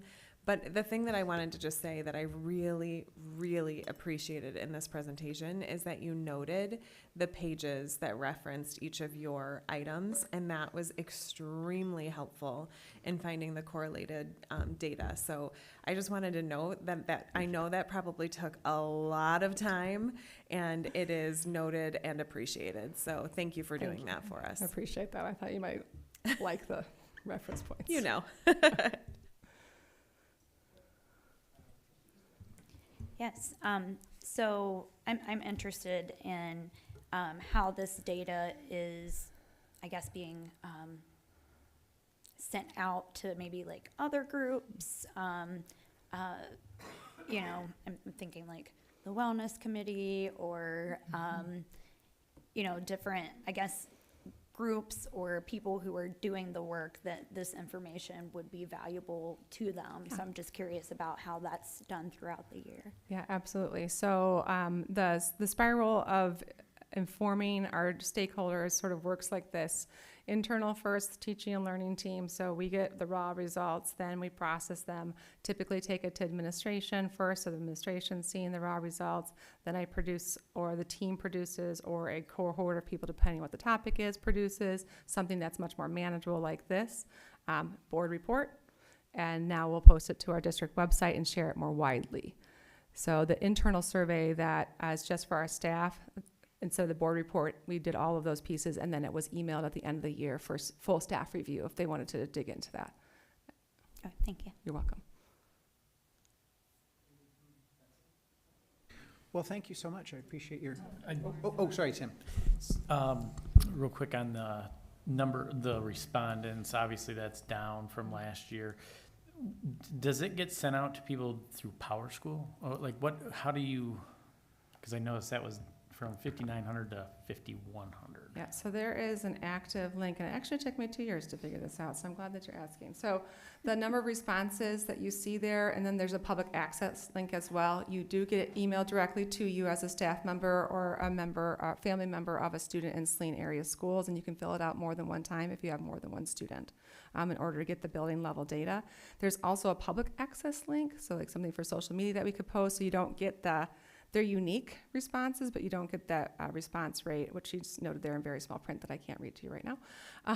And then the students, we have used a QR code because it's oriented by they have to enter their student ID, and that is how we are able to navigate if students have been opted out of surveys, then their student ID will not work. So it's a little bit mucky in terms of like making sure that all happens ahead of time. And so that's the current process that we're using. So the 5,100, those would be people that were in a database. Those emails were in a like PowerSchool. Correct. Or something. Okay. Yeah.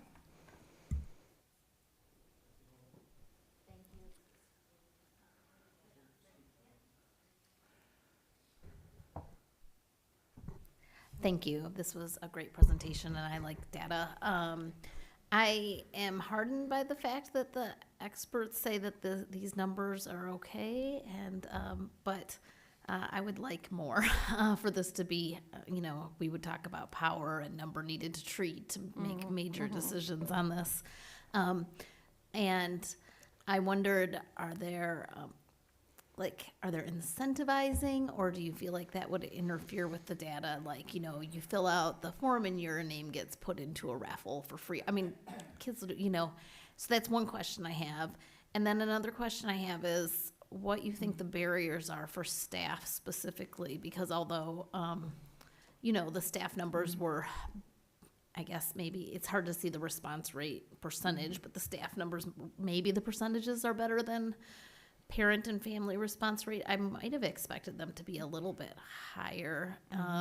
So what do you think the barriers are? Do you think that's because the staff already just answered your own internal survey and they were surveyed out? I was just curious. So first I have to save Dr. Bull's name. She did not say it was okay. She said it was on trend. On trend. with what she was seeing nationally.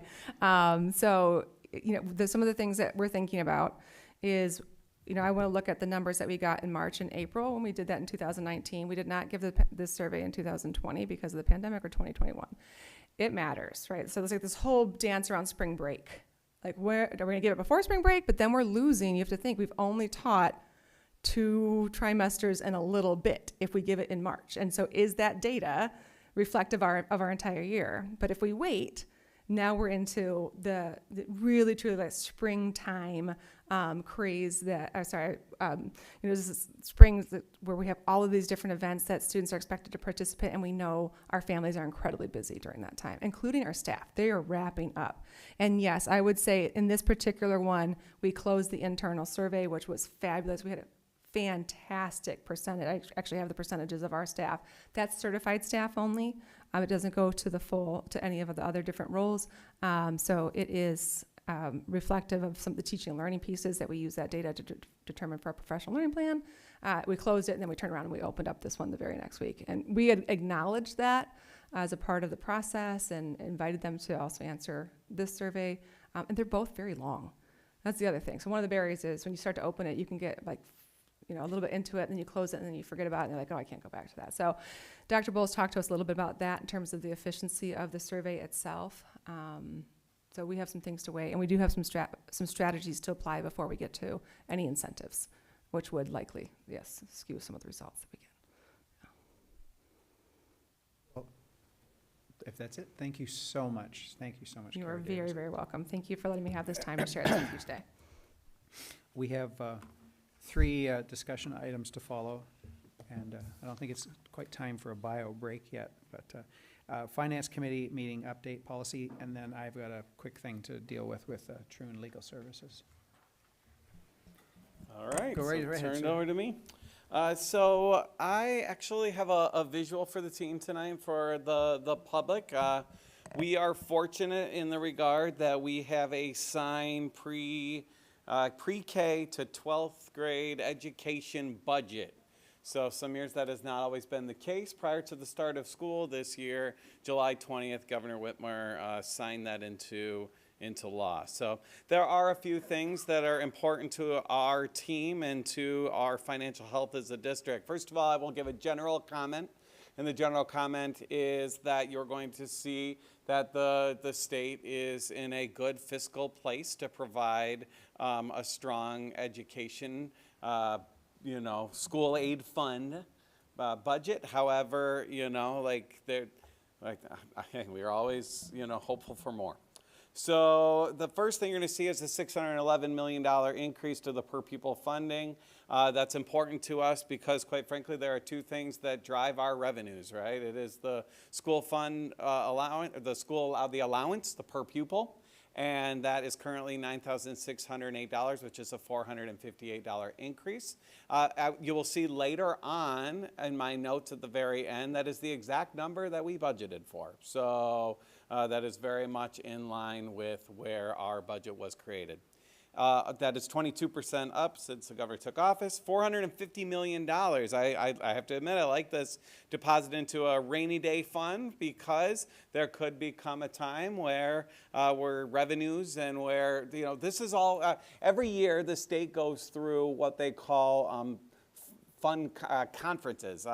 What's the revenue conferences, and where they make estimates about state tax and about how those things are going to come into play for schools. And so I hope that there's never a time where the money for schools is not present, but I think it's good of us to think about the future. So that is that. So we'll move on to the next thing, $370 million to support teacher programs. I will give my own 2 cents on this. As an educator myself, I am happy to see that the profession of education is being promoted and is being, that we're trying to do some innovative things, growing your own programs, such as if we have innovative parapros and people are outstanding with our students, finding ways to support those individuals so that they can then become certified educators and do those types of jobs for us as well. So that is there. I'm really excited about some of the stuff we're doing for student teachers, right, who just make nothing, right, but still have bills in their lives to pay. So I'm excited to see that there are some mentoring programs and some things that are there to support the profession as a whole. Continuing on, $328 million for mental health and school safety. And I'll talk about this in a minute, or actually I guess I'll talk about it now. So you see at $328 million, the thing for us that we have to keep in mind, and there's going to be some things later on, is that sometimes the details don't get to us for a long time. So for example, this is signed into July, but last November and December, we were finding out how to apply for grants that were provided in the education budget and signed for in July. So I guess what I'm saying to the public is we might need some time to operationalize some of these things. There's going to be something on the next slide that I'm really going to speak to on that. But I'm excited about expanding pre-K, free pre-K for up to 5,600 students. That is a big deal for students of young learners, and I'm really excited about that. The next slide is going to talk about academically at-risk and economically disadvantaged students. There is categorical funding dedicated to that. And then here is the bullet that, all right, I don't know about you, but not having to make my kids' school lunch every night is a win. So the reality for me is $160 million to provide all 1.4 million public schools free breakfast and lunch. And I make a joke, but the big thing about that is I'm excited to see that there won't be food insecurity for any student who attends schools in the state of Michigan. That's a big deal to me. And so, anyway, so that is that. $150 million for individualized tutoring. Expand this $140.3 million for continued support of education students. And one of the things that's really important about this is the last line about a full foundation allowance plus required cost reimbursements for each student. Sometimes those students can need specialized services that require significant financial responsibility by the schools, and we provide them, and this maintains and says that we're going to make those districts whole.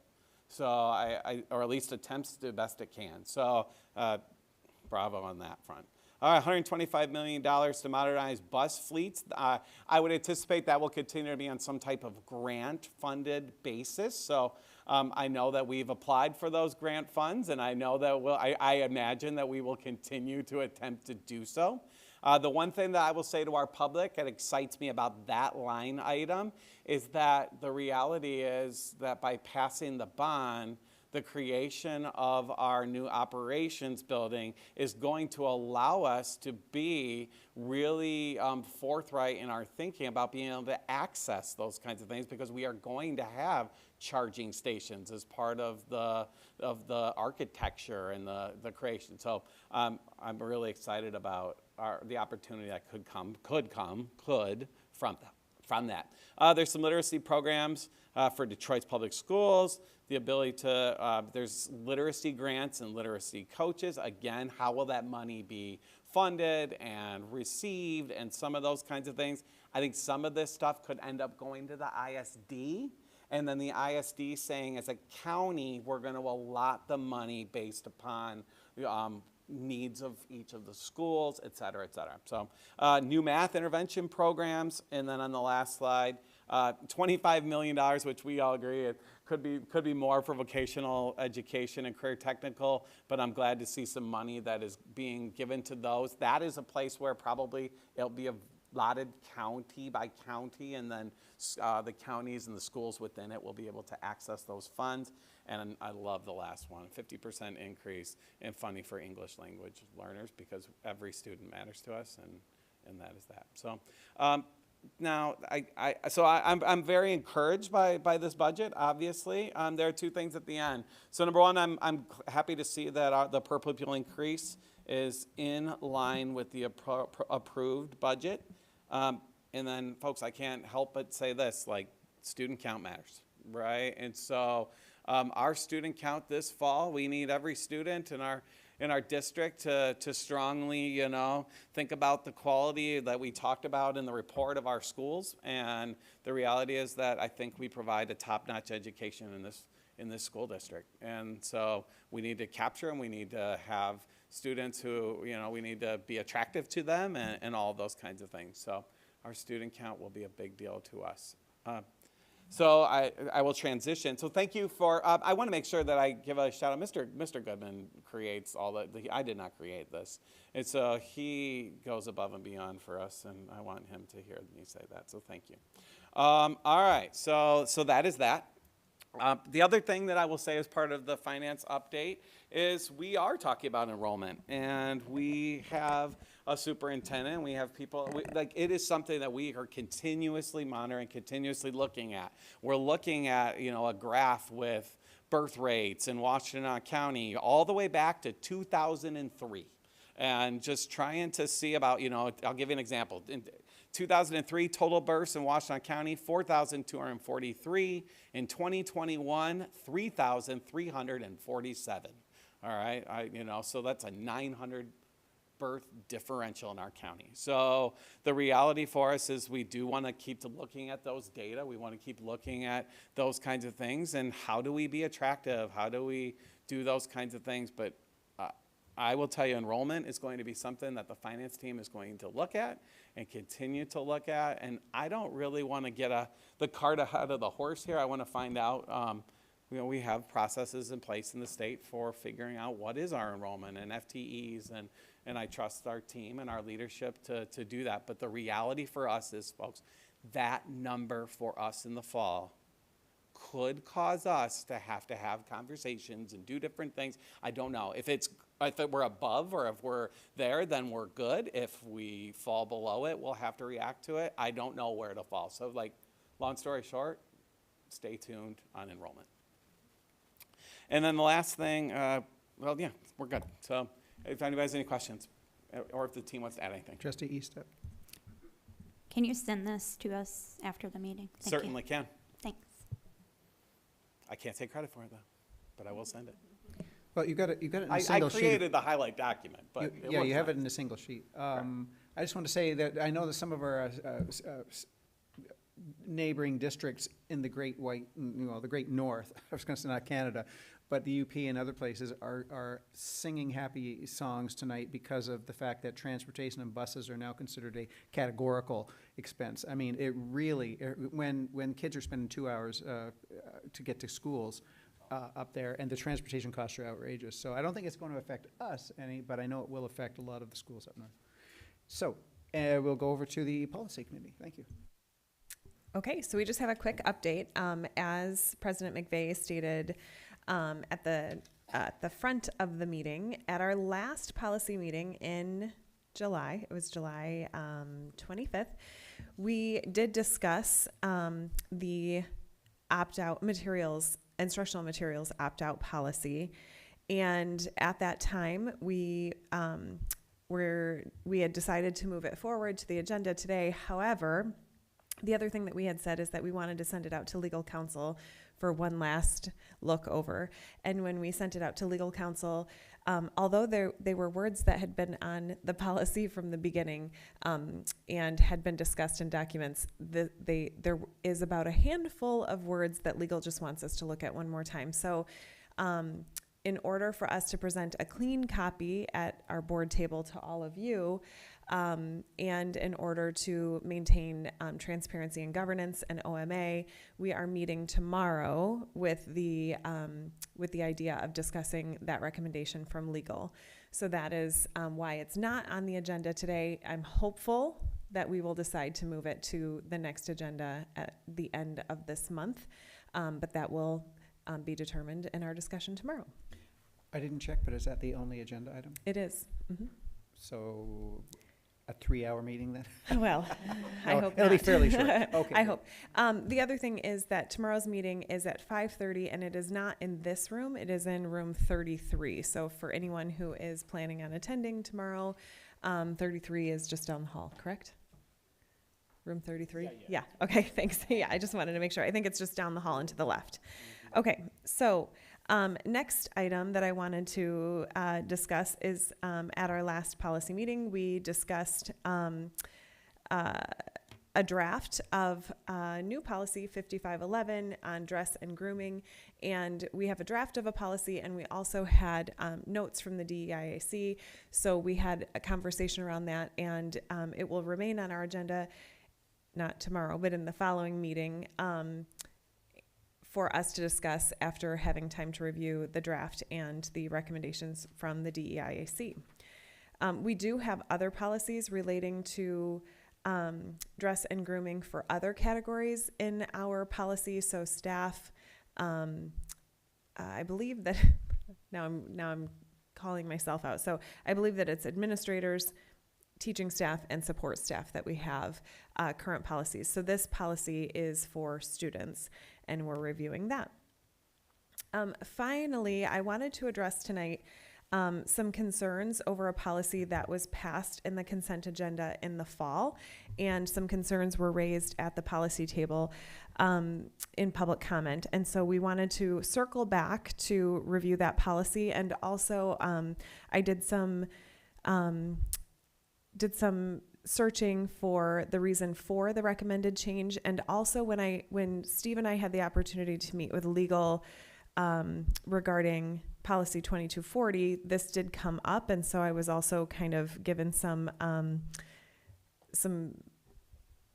just very briefly some indication as to why there might have been a change. So I looked at that. So I wanted to bring this to you. This is a policy on school visitors. It is policy 9150, and there were some changes made to be in compliance with the new laws to SORA. So SORA is the Sex Offender Registry Act, and basically what happened was there were some pieces of the Sex Offender Registry Act that were found unconstitutional or constitutionally vague. And so one of the laws that was in place was the 1,000 feet that people who are on the sex offender registry could not be within 1,000 feet of the school. And that was found to be unconstitutionally vague because how do you measure 1,000 feet? And is it door to door? Is it as the bird flies? How is that done? And also, what is the definition of loitering? What does that mean? And so it was successfully argued that that 1,000 feet boundary was no longer defendable in court, basically. It couldn't be defendable in court. So what would happen now is if someone who is on the sex offender registry were on school property and we called the police could not remove them from the property simply because they're on that registry. If they were found to have, if it was found to have a direct, if there was something found that would be directly dangerous to our students, then they could remove them for that purpose, but not simply for being on school property. Also, another thing that came up is that parental rights and students and parents' ability to participate in things like parent-teacher conferences or school events. And so what happened then is that changed our policy. And so what looked like the policy becoming looser actually is the policy becoming tighter for us. So our policy, when enacted, would go something like this. If someone wanted to enter the schools, they would come to the vestibules, and we have the new system. We had Raptor before, and Vercata is the new system.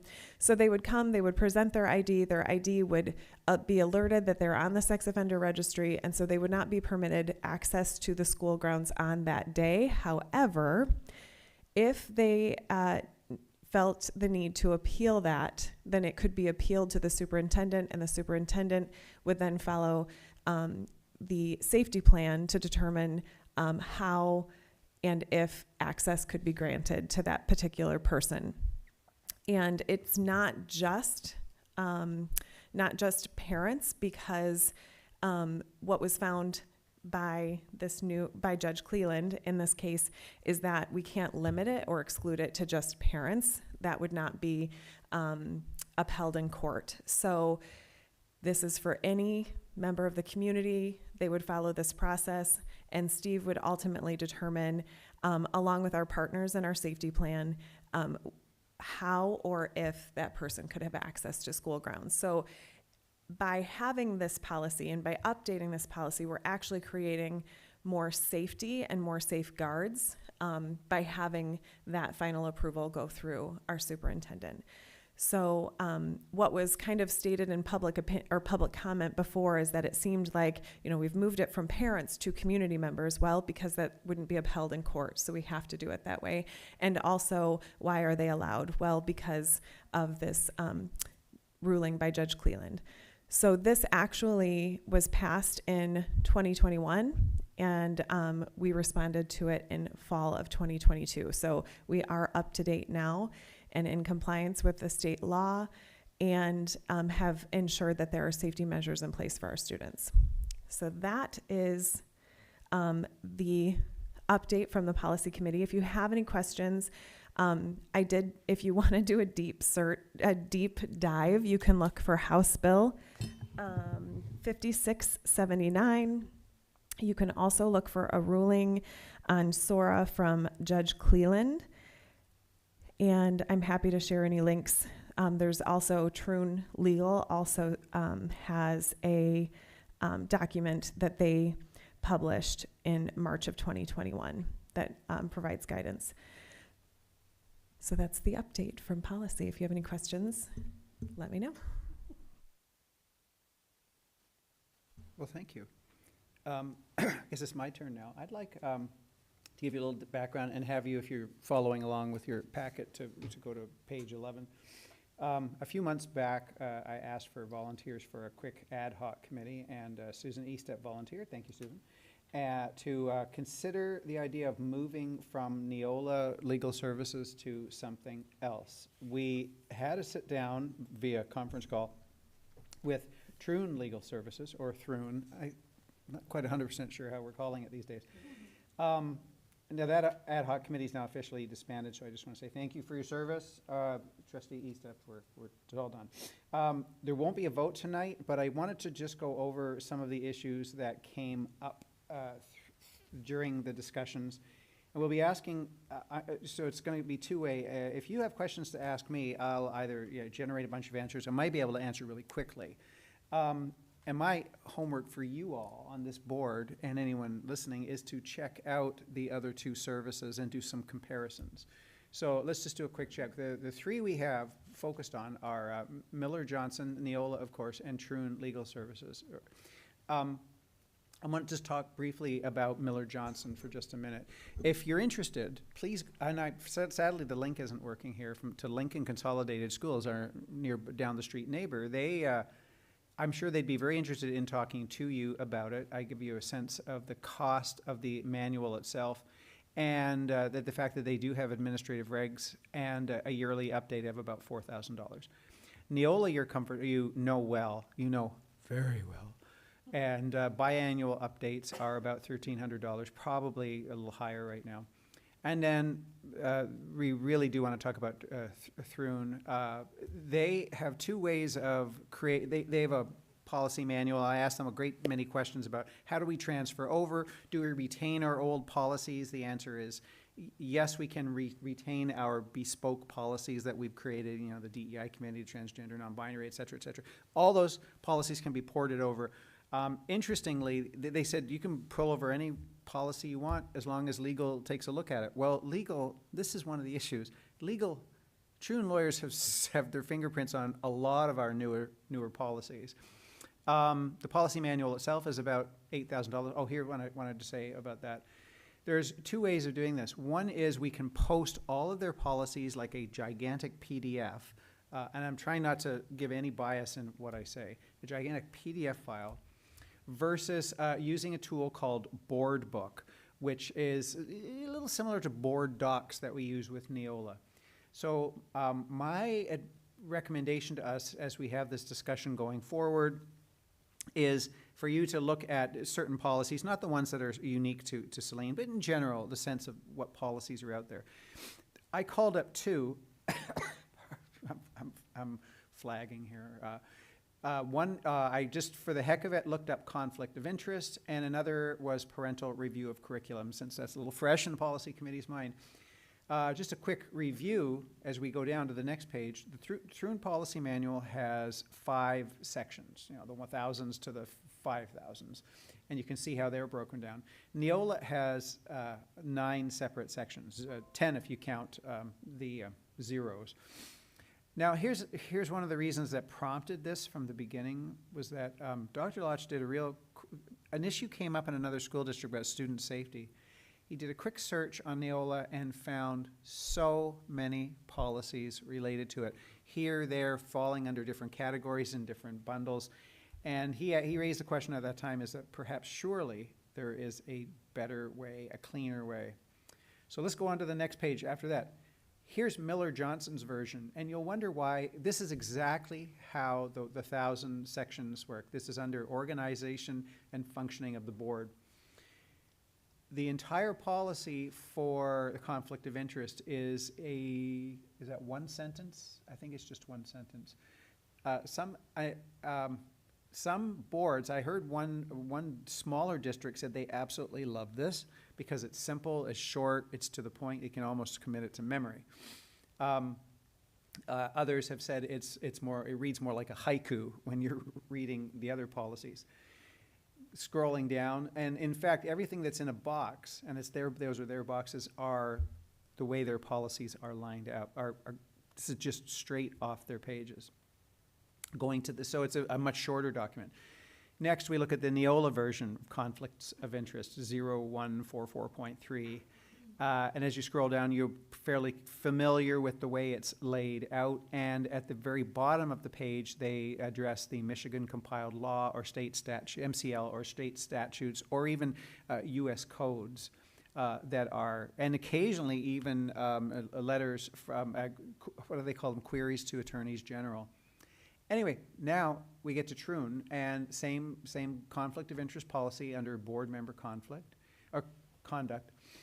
And this is what they have. Now, I'm not a big fan of right justification, but hey, if we have control over the PDF, and we do, we can make it any way we want. As you scroll down the page, you will see, you can crosswalk the policy yourself with Neola, but you get a sense that it's longer. And they also cite the legal authority at the bottom. So the OAG, Office of the Attorney General, and certain letters and reach outs to them. Going to the next one, parental objections. Miller Johnson had, again, a single sentence. And as you scroll down some more, you will see the Troon policy. And I'll just leave that with you. I don't want us to dive into or do any of those things. The costs, first of all, the costs are roughly the equivalent. If you look at the prices, they're at, I think I have a sheet somewhere. The prices are pretty well at the very top of the page 11. They're all roughly similar. They have a fleet of lawyers reviewing all of the various statutes that come through and legislation and offer updates. Usually once a year.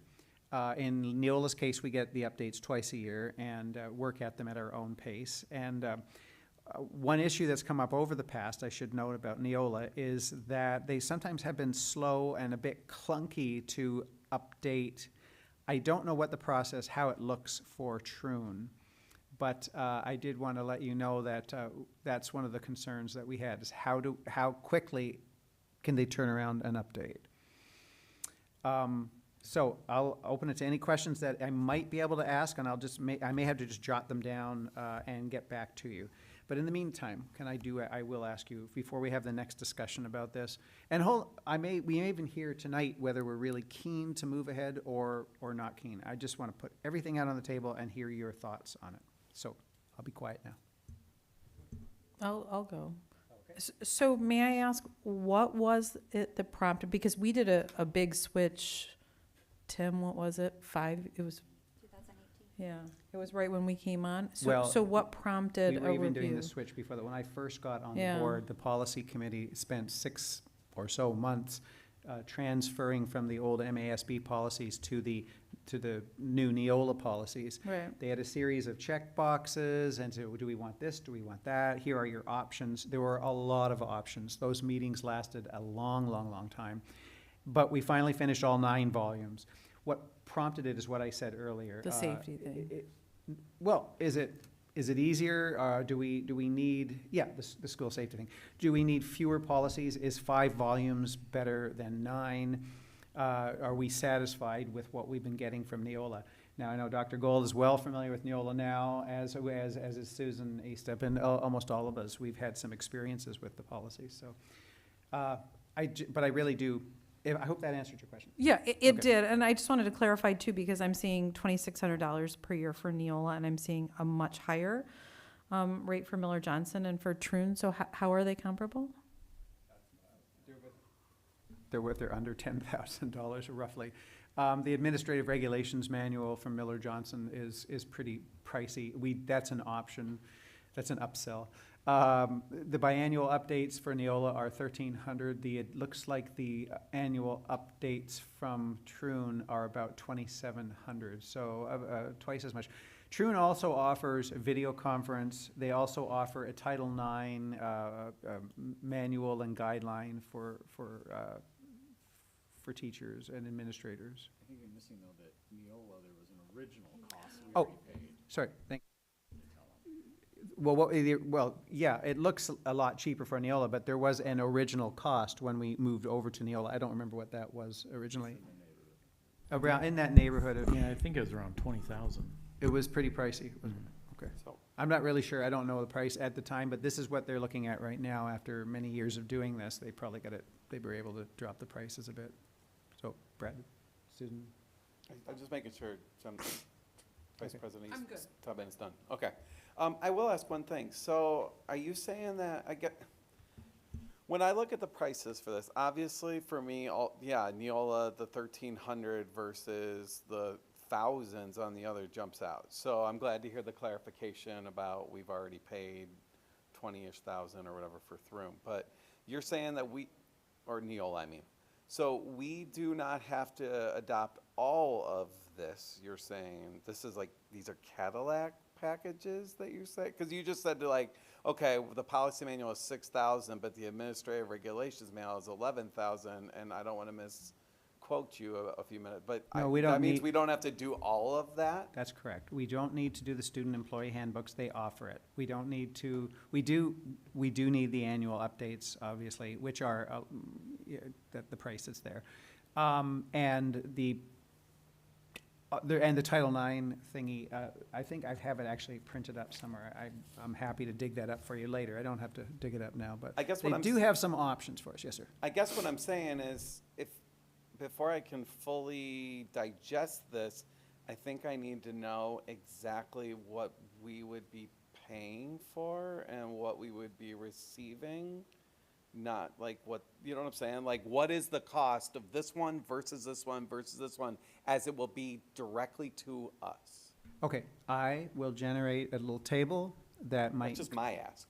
That's all right. I will generate a little table that might clarify that, and I'll send that out in, if I gather together a bunch of questions, I'll send that out for your consideration. I appreciate that. Thanks, Tim. So I just wanted to I guess, give some more information. So Neola, who we've been with, and it was switched in 2018 because MASB stopped offering policies through a policy service.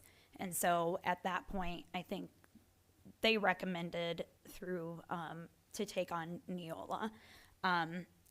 And so that's a little background information.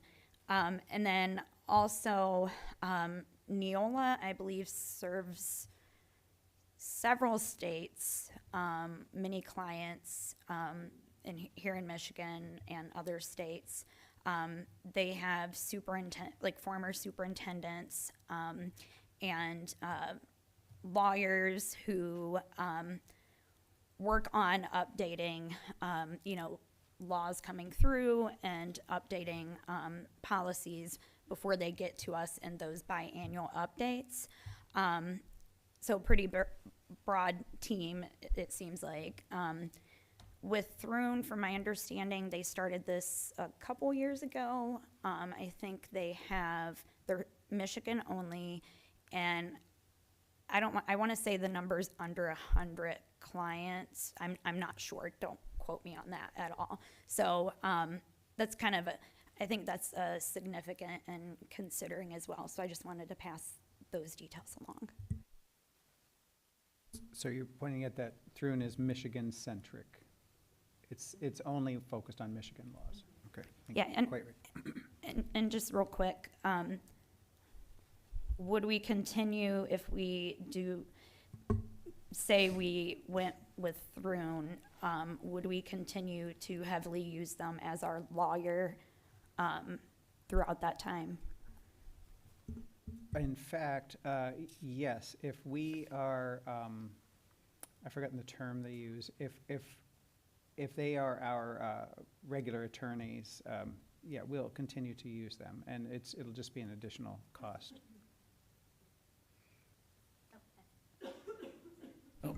Yeah, so I just wanted to say, I guess, or give my thoughts. So there are a lot of redundancy policies in Neola, and so the idea of having less policies is important, but it's a huge undertaking, like you said, President McVeigh, with all that's on the plate of the policy committee. I mean, I know when we went from MASB to Neola, some policies just kind of maybe not got worded the same or missed going through unintentionally, because you're looking at thousands of pages of documents. So I don't know, from a dollar standpoint, that's not a huge dollar amount. What makes, to make things run smoothly, I just, is it the right time based on everything else going on? I don't know. Just to address that, yeah, we did recently discover one little bit of a policy. One policy from MASB got broken into 5 different policies, but one chunk of it was left out. So we're trying to address that, but this means that as we move policies over from Neola to Thrune, that we have to pay a huge amount of attention to which policies have we worked on here in this district so we don't lose any. And they're not 8 to 10 perhaps. Not just the regular updates, but our own unique Saline flavor. And so we really have to be cautious not to do this, because when we move over to the new policies, we rescind the old ones and they don't exist anymore. And but then it's it's possible to bring them back if they're fresh in our heads, but it's work. It is a lot of work. And if the board says let's do it, then I'm up for being back on the policy committee to work on that. And I'll co-opt anyone I can to help. Yes, ma'am. Just in looking, since we got this packet and looking at the 3 options, I just wanted to say that in my brief look at these different options, I am hesitant to have us continue to look at the Miller-Johnson policies, simply because as we've been working on policies since I've been on the policy committee, I do feel like our policies provide a greater depth of clarification for the operationalizing of those policies and guidance for our district and administrative guidelines. And I find that the brevity of the Miller-Johnson policies leaves a lot for interpretation. I totally agree with Jenny. It's elementary. It's surprisingly elementary. I don't have a strong, I'm interested in everybody's opinions. I have no appetite to change policy providers. I prefer to keep the money in the classroom and the conversation on academics and well-being of the students and staff.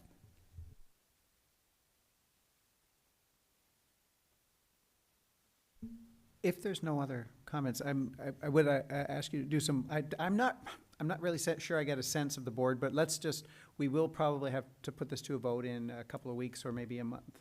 just to be certain that once you've had a chance to spend some time looking at it, take a look at Lincoln, take a look at the others, talk to other folks who use these policies, and I'll try and generate, number one, a list of clients, and then a real clear sense of the table prices. So thank you. So, Yes, ma'am. so, somebody's planning to bring this as a recommended motion? Is that what, because you mentioned a vote, Yeah, we won't- possibly. I will put it forth as a recommended motion, just to say, let's make a decision that night, once and for all, that we're gonna move or not move, so that it's clear. But I want us to be thinking about it between now and when we put the motion out there. Okay. Does that work? Okay.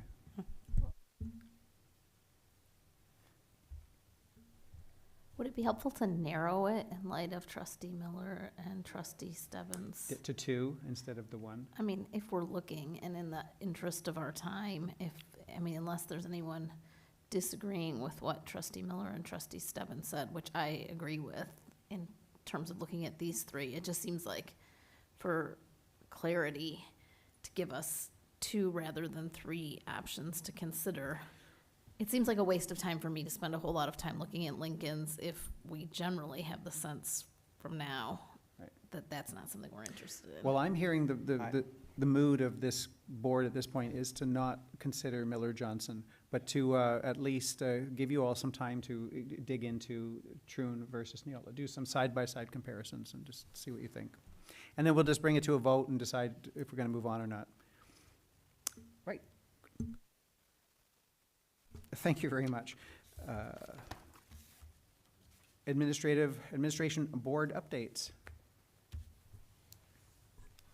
I think that's me. That's you. Okay. Yeah, I do have three tonight. A few are sort of critical with our staffing situation. The first is with our bus drivers. With the long-standing difficulty in finding bus drivers and custodians, we're faced with the reality of canceling routes this year and not being able to sufficiently clean our school buildings. In an effort to bridge the gap between our current staffing level and our need, we'll be meeting with Divergent and Delta T. These are staffing agencies that are capable of providing drivers and custodians without requiring a contract. While we're doing that, we're going to continue and engage with ESP to develop long-term solutions to attract permanent drivers and custodians. As these discussions will focus on short-term plans to address our needs, with more information to come on this topic. I mean, we're in a real serious spot with not being able to fill the bus driver need and our custodial staff need. My next comment is about the traffic pattern on Maple Road south of Saline Middle School. This is problematic, and as people are already starting to experience, the word now is it's going to go through December. So with that said, Rex is working with Jackie and other city planners to determine, okay, how are we going to guide our parents and community as they enter and exit that campus? And yes, they'll put together a plan as to how we will do it, but I can say with almost 100% certainty that the first 2 weeks are going to be a lot of discovery. We're going to end up sending out a plan and be encouraging everybody to follow it, but it will be problematic for the first couple weeks, and then people will start to figure out their own adjustment of their time schedule, their own patterns, and it will start to settle down. But I think we do need to be prepared for a rocky start to how people are entering and exit that campus, even with the guidance we're going to provide. So once that guidance is provided, we will publish it widely through social media and email loops, and we'll ask the Board of Education to do the same. With that said, I'm really excited for the start of this school year. Yes, we have some staffing and roadway challenges, but I'm loving watching our athletic and music programs starting back up now. School shopping's in full effect. We have Stuff the Bus gathering supplies for some of our families in need. And the staff itself has been working really, really hard to get our buildings and grounds ready. Jay and the technology team to get everything in order there. We're talking and working a lot with our safety and security measures for the beginning of the school year, and some community engagement sessions around safety and security this year. And Rex Clary and his team are actively working on implementing those phase 1 bond projects. So very excited to have our students back beginning on August 28th. Just around the corner. Yeah, I know. I'll just work down the table. Trustee Austin, do you have anything to? I guess kind of like what Dr. Lotz just said, the traffic pattern, that's definitely a concern of mine. You're hearing about that all over right now. So that will be interesting, and it'll hopefully a lot of our middle school students' parents will catch on quickly and how to navigate that. I also want to circle back to a comment I made or a question I asked during the last board about the blend between the consortium and our bond money on purchasing like CAD programs or CAD equipment and stuff. So I met with Dr. Rowe for about an hour, explored deeper into the whole Southwest Western Consortium budget and stuff. And wow, that's enlightening to kind of get into that. And I completely support the bond money being used for that CAD, for the CAD software, computers and whatnot. It was just, wanting to make sure we're using our money, our bond money correctly, and then getting into the Southwest Washington Consortium budget. There definitely is, I would say, even though the consortium is held in Saline, the amount of time other districts are actually using that equipment is very limited, because it's mostly all over Saline students. And I think, Dr. Lotz, you kind of touched on that as well, but I just want to clarify, because I know it was printed in a report, and then, Dr. Rowe called me, and so we sat down, talked about it, and it's money well spent. Treasurer Kirby. Secretary Miller. I just want to say welcome back to all of our athletes and our extracurricular activities. I know at our house we have tennis starting, student council starting, link crew starting. Marching band is not at our house, but I know lots of families are starting that. So welcome back. It's exciting to see the fields and the buildings starting to come to life again. I also just wanted to reiterate what was already mentioned about Stuff the Bus and Summerfest coming up, and how those Stuff the Bus donations really serve our students throughout the year. Welcome to new teachers starting very soon, where it's exciting to see the HR report and see those new teachers that are joining our staff. And I wanted to give a special thanks to our buildings and grounds people for doing all the prep that they do throughout the year, but especially during the summer months and leading up to schools reopening. So thank you. I understand that we're at a crisis level. Rex has come to us for the last couple of years, as long as I've been on the board, talking to us about staffing.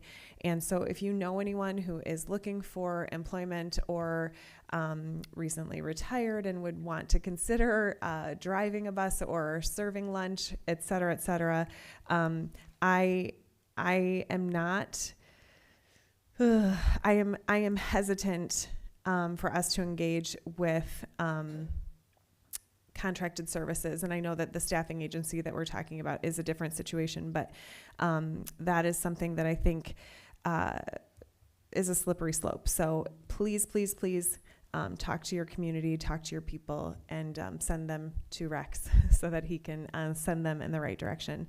In terms of the traffic pattern, I just hope that level heads prevail and that we bring our patience for those first couple of weeks as we navigate that new system. And I want to reiterate what what President McVeigh said at the beginning of our board meeting, that I'm extremely thankful to the fast and quick actions that were taken at the school district to keep our staff to keep our staff and students safe, and the communication around that to the community was extremely helpful. So thank you to Dr. Latch and the team. And I just want to extend our condolences to the family of the victim and to the community at Linden Square. Thank you. Thank you, Secretary Miller. I'll just make a quick comment. This past week, I was notified by the Michigan Association of School Boards that I've been appointed to the Governmental Relations Committee. I'm not sure how often we're going to meet, but yay, another committee. But I'm looking forward to it. They're gonna pay my mileage, so I'll take that. Thank you. I just wanted to acknowledge what's going on in the Ann Arbor public school system and our friends just to the north. It's not appropriate for me as a trustee to comment on another school district and get involved there, but I did want to thank Steve for his service in Saline area schools, and I'm very, very glad that you're here taking care of our staff and students. So thank you, and wishing you the best year with the team.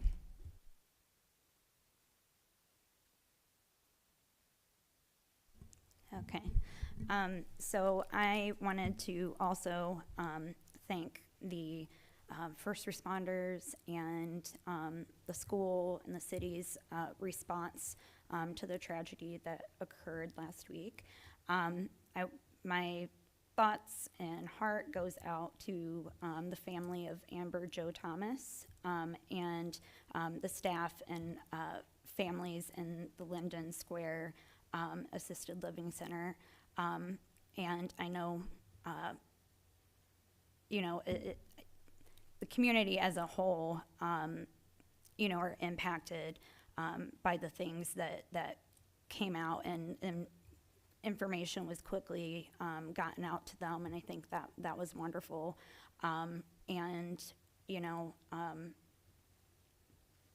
Violence against women is real, and I think whenever we talk about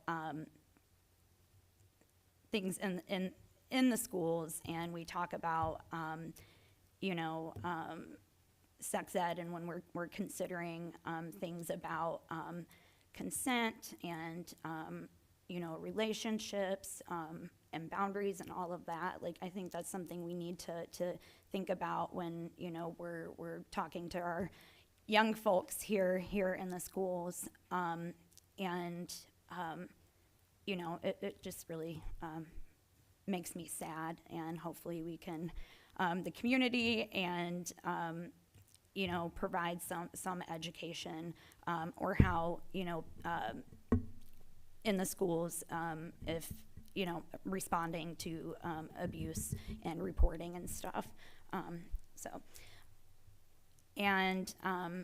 As Lisa Slauson mentioned, I was invited to speak at Ann Arbor Pride to help with the welcome and the kickoff. So in addition to who Lisa named off, Congresswoman Dingle, we had State Rep Jason Morgan, and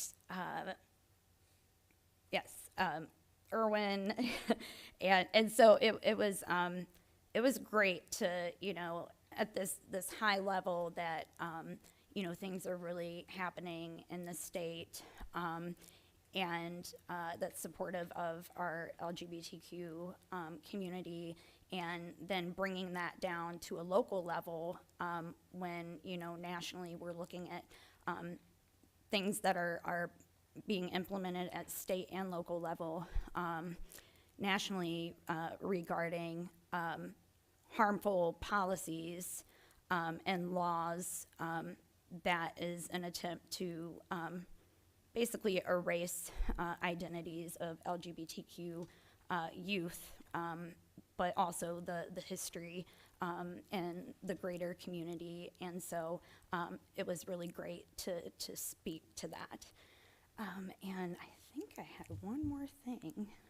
All right, I think we're good. just want to take a minute to highlight something I've been thinking about over the last couple of weeks. Earlier this year, the Surgeon General, and it tied in nicely with tonight's opening presentation. Earlier this year, the Surgeon General of the United States released a statement, Surgeon General's warning regarding loneliness and the epidemic of loneliness in the country. And if you have a chance to take a look at either the summary of it or the New York Times article around it, I found it really, really interesting and in light with a lot of what I see in my office among young people. And you know, the pace of our lives, the distrust of institutions, and the lack of gathering places, the way that we now live further often from family and extended family. These are all, and then the pandemic this started before the pandemic, but has been exacerbated post-pandemic.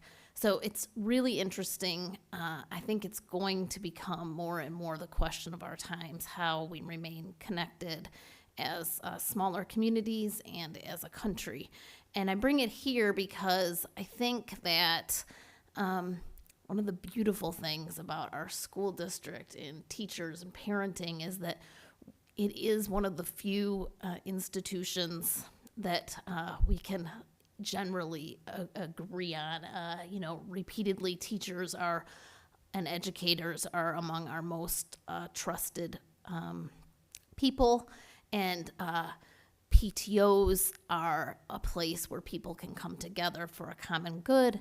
I often say the reason that I'm a pediatrician is that people will do all sorts of stupid things to their own bodies. But parents and families generally want what's best for their kids and are willing to go to great lengths to make that happen. We may come at that in different ways, but I find that to be a truth. So I'm talking a lot, but what I wanted to get at is that it really just hit home to me with Mr. Osterling's report that this is exactly the kind of thing that the Surgeon General is highlighting. You know, the Kiwanis Club, the Rotary Club, the Saline Area Lions Club, Saline Supports, our parent-teacher organizations, sitting on the board of the Music Boosters, the kids being in Builders Club, local religious organizations. There's any number of ways that people can get involved in the community. And I think we don't all have to agree on every single thing to work together on some things.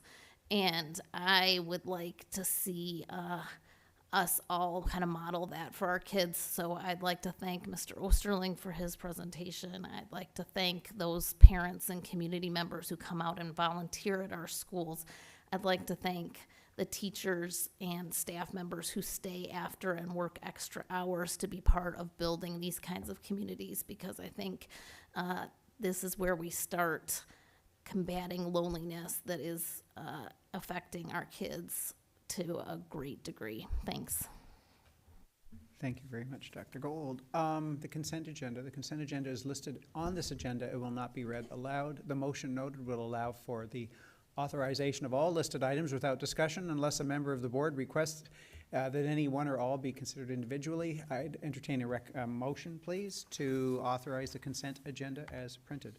So moved. Miller. Miller and Support Stebbin. Support Stebbin. All in favor, please say aye. Aye. Opposed? Okay, we have a consent agenda passed. Items on the next agenda, Dr. Lodge. Yeah, primary schedule report is I'm going to be discussing last spring's superintendent listening session data and talking about the bridge to civility. Super. A member of the public may now address the board briefly for up to 3 minutes. A request to be scheduled on the agenda for future meetings. We have 3. I'm going to list your names. This is the order. Libby Williams, followed by Megan Gunnarsson, followed by Chan Ming Fan. And person X.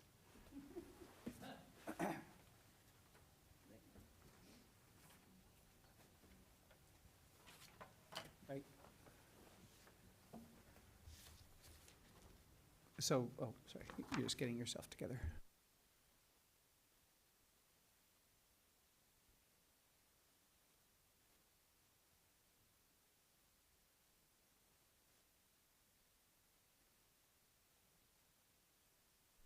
Sorry.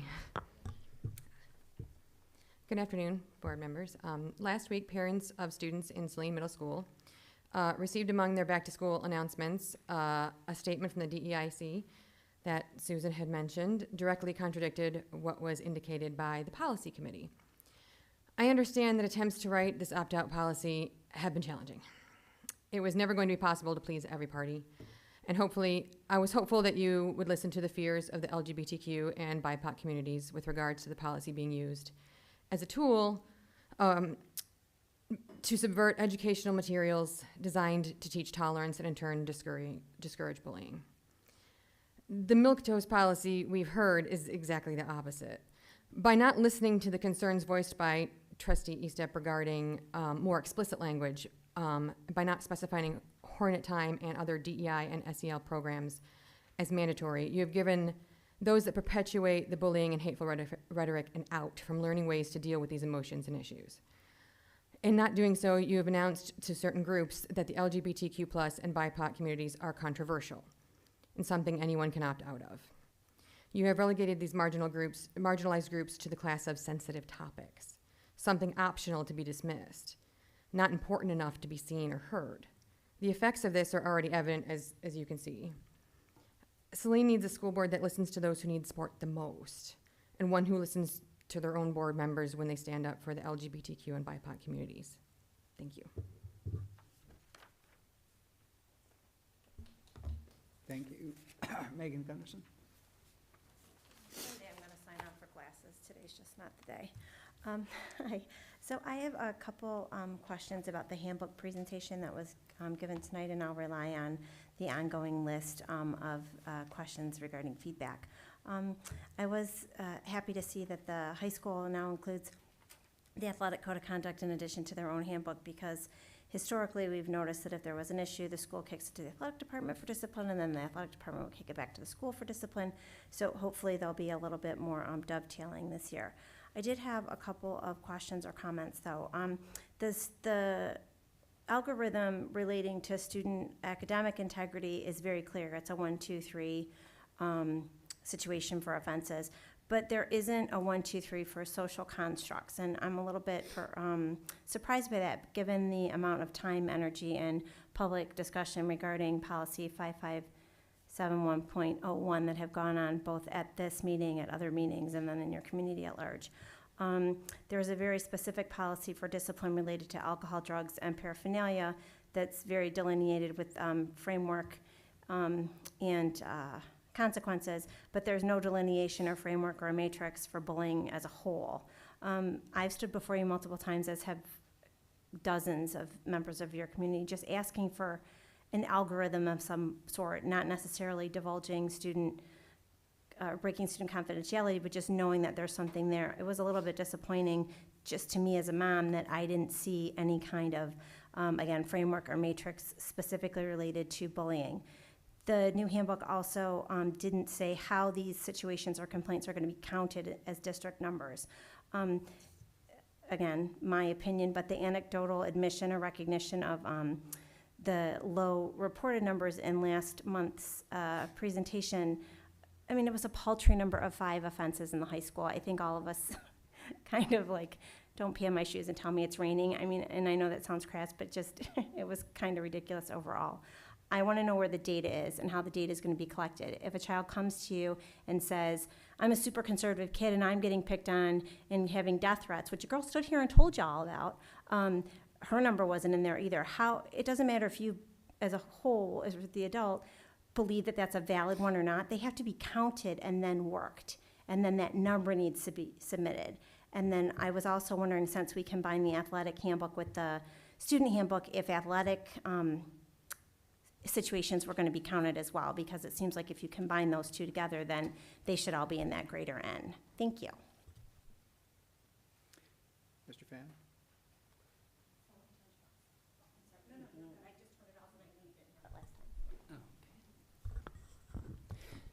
Changming Fan. I raise again, I did last night at City Council meeting. I want to repeat the same thing to you about the dealing with the subset body based on the new development of technology, AI, artificial intelligence.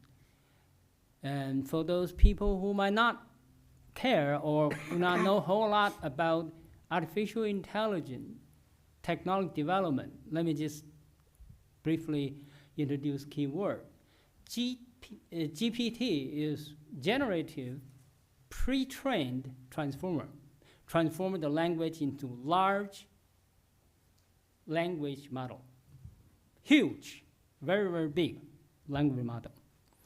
Another term of the artificial intelligence, this is not just regular machine, but it is machine will transform our civilization, our humanity, completely, very short time. Two gentlemen before me probably can talk more. President McVeigh always stands in the forefront of technology changes, especially new one. Dr. Large last time talked about two numbers, 85 and 91. 85 loss, 91 gain in the term of jobs. I remember you talked about percentage or millions in very few years. This is not small change. This is earthquake. This change will make so many people more miserable or suddenly happy. But regardless, I think individual wisdom to the crossroad, whether you're stupid or you're smart. You got a job or 9 people lose a job. We, as a stakeholder, not shareholders, we have to come together. Like Benjamin Franklin said that, whether we hand together or hand separately, you cannot escape this. So I propose it again to this body. I think especially also the parents should be. And then what has happened is, whether your kid going to be 85, which is no job, lose job, unemployed, or 91%, nobody knows until we work together. So therefore, I think we have to, as Mrs. Garvey said that, and also as the Lauren said that, same thing, we have to do some proactively and also use the money wisely and together. Thank you. And Ms. Lawson.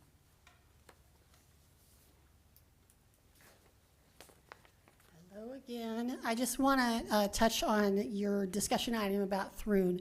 When I got on the board in 2004, we used a Carver model. That model is not appropriate for an elected board of trustees. It's very appropriate for example, a hospital board or a community board, such as maybe Chad Tuff could use it. So it wasn't really appropriate. So when we hired Scott in 2008, I gave him a big laundry list. And one of the things we were going to do was we were going to change that governance model. We were going to write a new policy manual because we had 2 manuals about this big that we would haul around with us. And we would also create the student board member scholarship and position. So we also looked at law firms. I am a lawyer. I would caution you not to use Thrun because of potential conflicts of interest. If they are going to be your main lawyer, there will be conflicts of interest that arise. Also, Mr. Gerby, in a very informative thing about the Finance Committee, and you said that maybe next year there might be some tough decisions to be made. Please don't spend our money on Thrun. Stick with the experts, Neola. They're giving you a bargain. They do this all day, every day. Your lawyers at Thrun do not. Lawyers are great for law. They're not great for policy. This is a tiny kind of lawmaking that you do. So I would urge you to stick with Neola because that's what they do. Also, just piggybacking off what Lauren said, there's a new group in town, a new Facebook group called Saline Unsalted for All. We are advocates, and we advocate for public education and for all marginalized groups. We invite you all, every single one of you, to join our group. We would love to have you all in there having discussions, because we don't want 4 of you at a time, but we could have 1 of you at a time having discussions. We're almost up to 300 people. There's real-time posting going on all day, every day, and you are a topic in addition to the city. So we would invite you all to join and talk with us. Jacqueline, we would love to have her send us information, and we can post it to our Facebook group so that you get parents involved and attend things. And so we will also start with events in the fall. And so that's a group that's run. The administrators are Libby, myself, and Dr. Ann Jeffers. So I understand that feeling of loneliness, especially when your kids leave your nest, So join us, join your constituents, and we would love to talk to you and hear what you have to say on things. Thank you. Thank you very much. The next Board of Education meeting will be held on August 22nd, 2023 at 6:30 p.m. I'd like to, we are now going to move into closed session. If we approve the following recommended motion, to enter closed session of the Board of Ed at about 9:15, with the intent to reopen at anywhere from 10 to 30 minutes for the purpose of the school board to review attorney-client privilege communication pursuant to Section 8H of the Michigan Open Meetings Act. Under Section 8H, a 2/3 roll call vote of members elected or appointed and serving is required. So I'm just going to use the alphabetized, I think it's alphabetized, roll call vote. Trustee Austin. We have to call a yes. motion.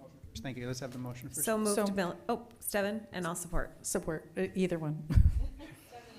Miller and Stebbin, thank you so much. So the vote, Mr. Austin.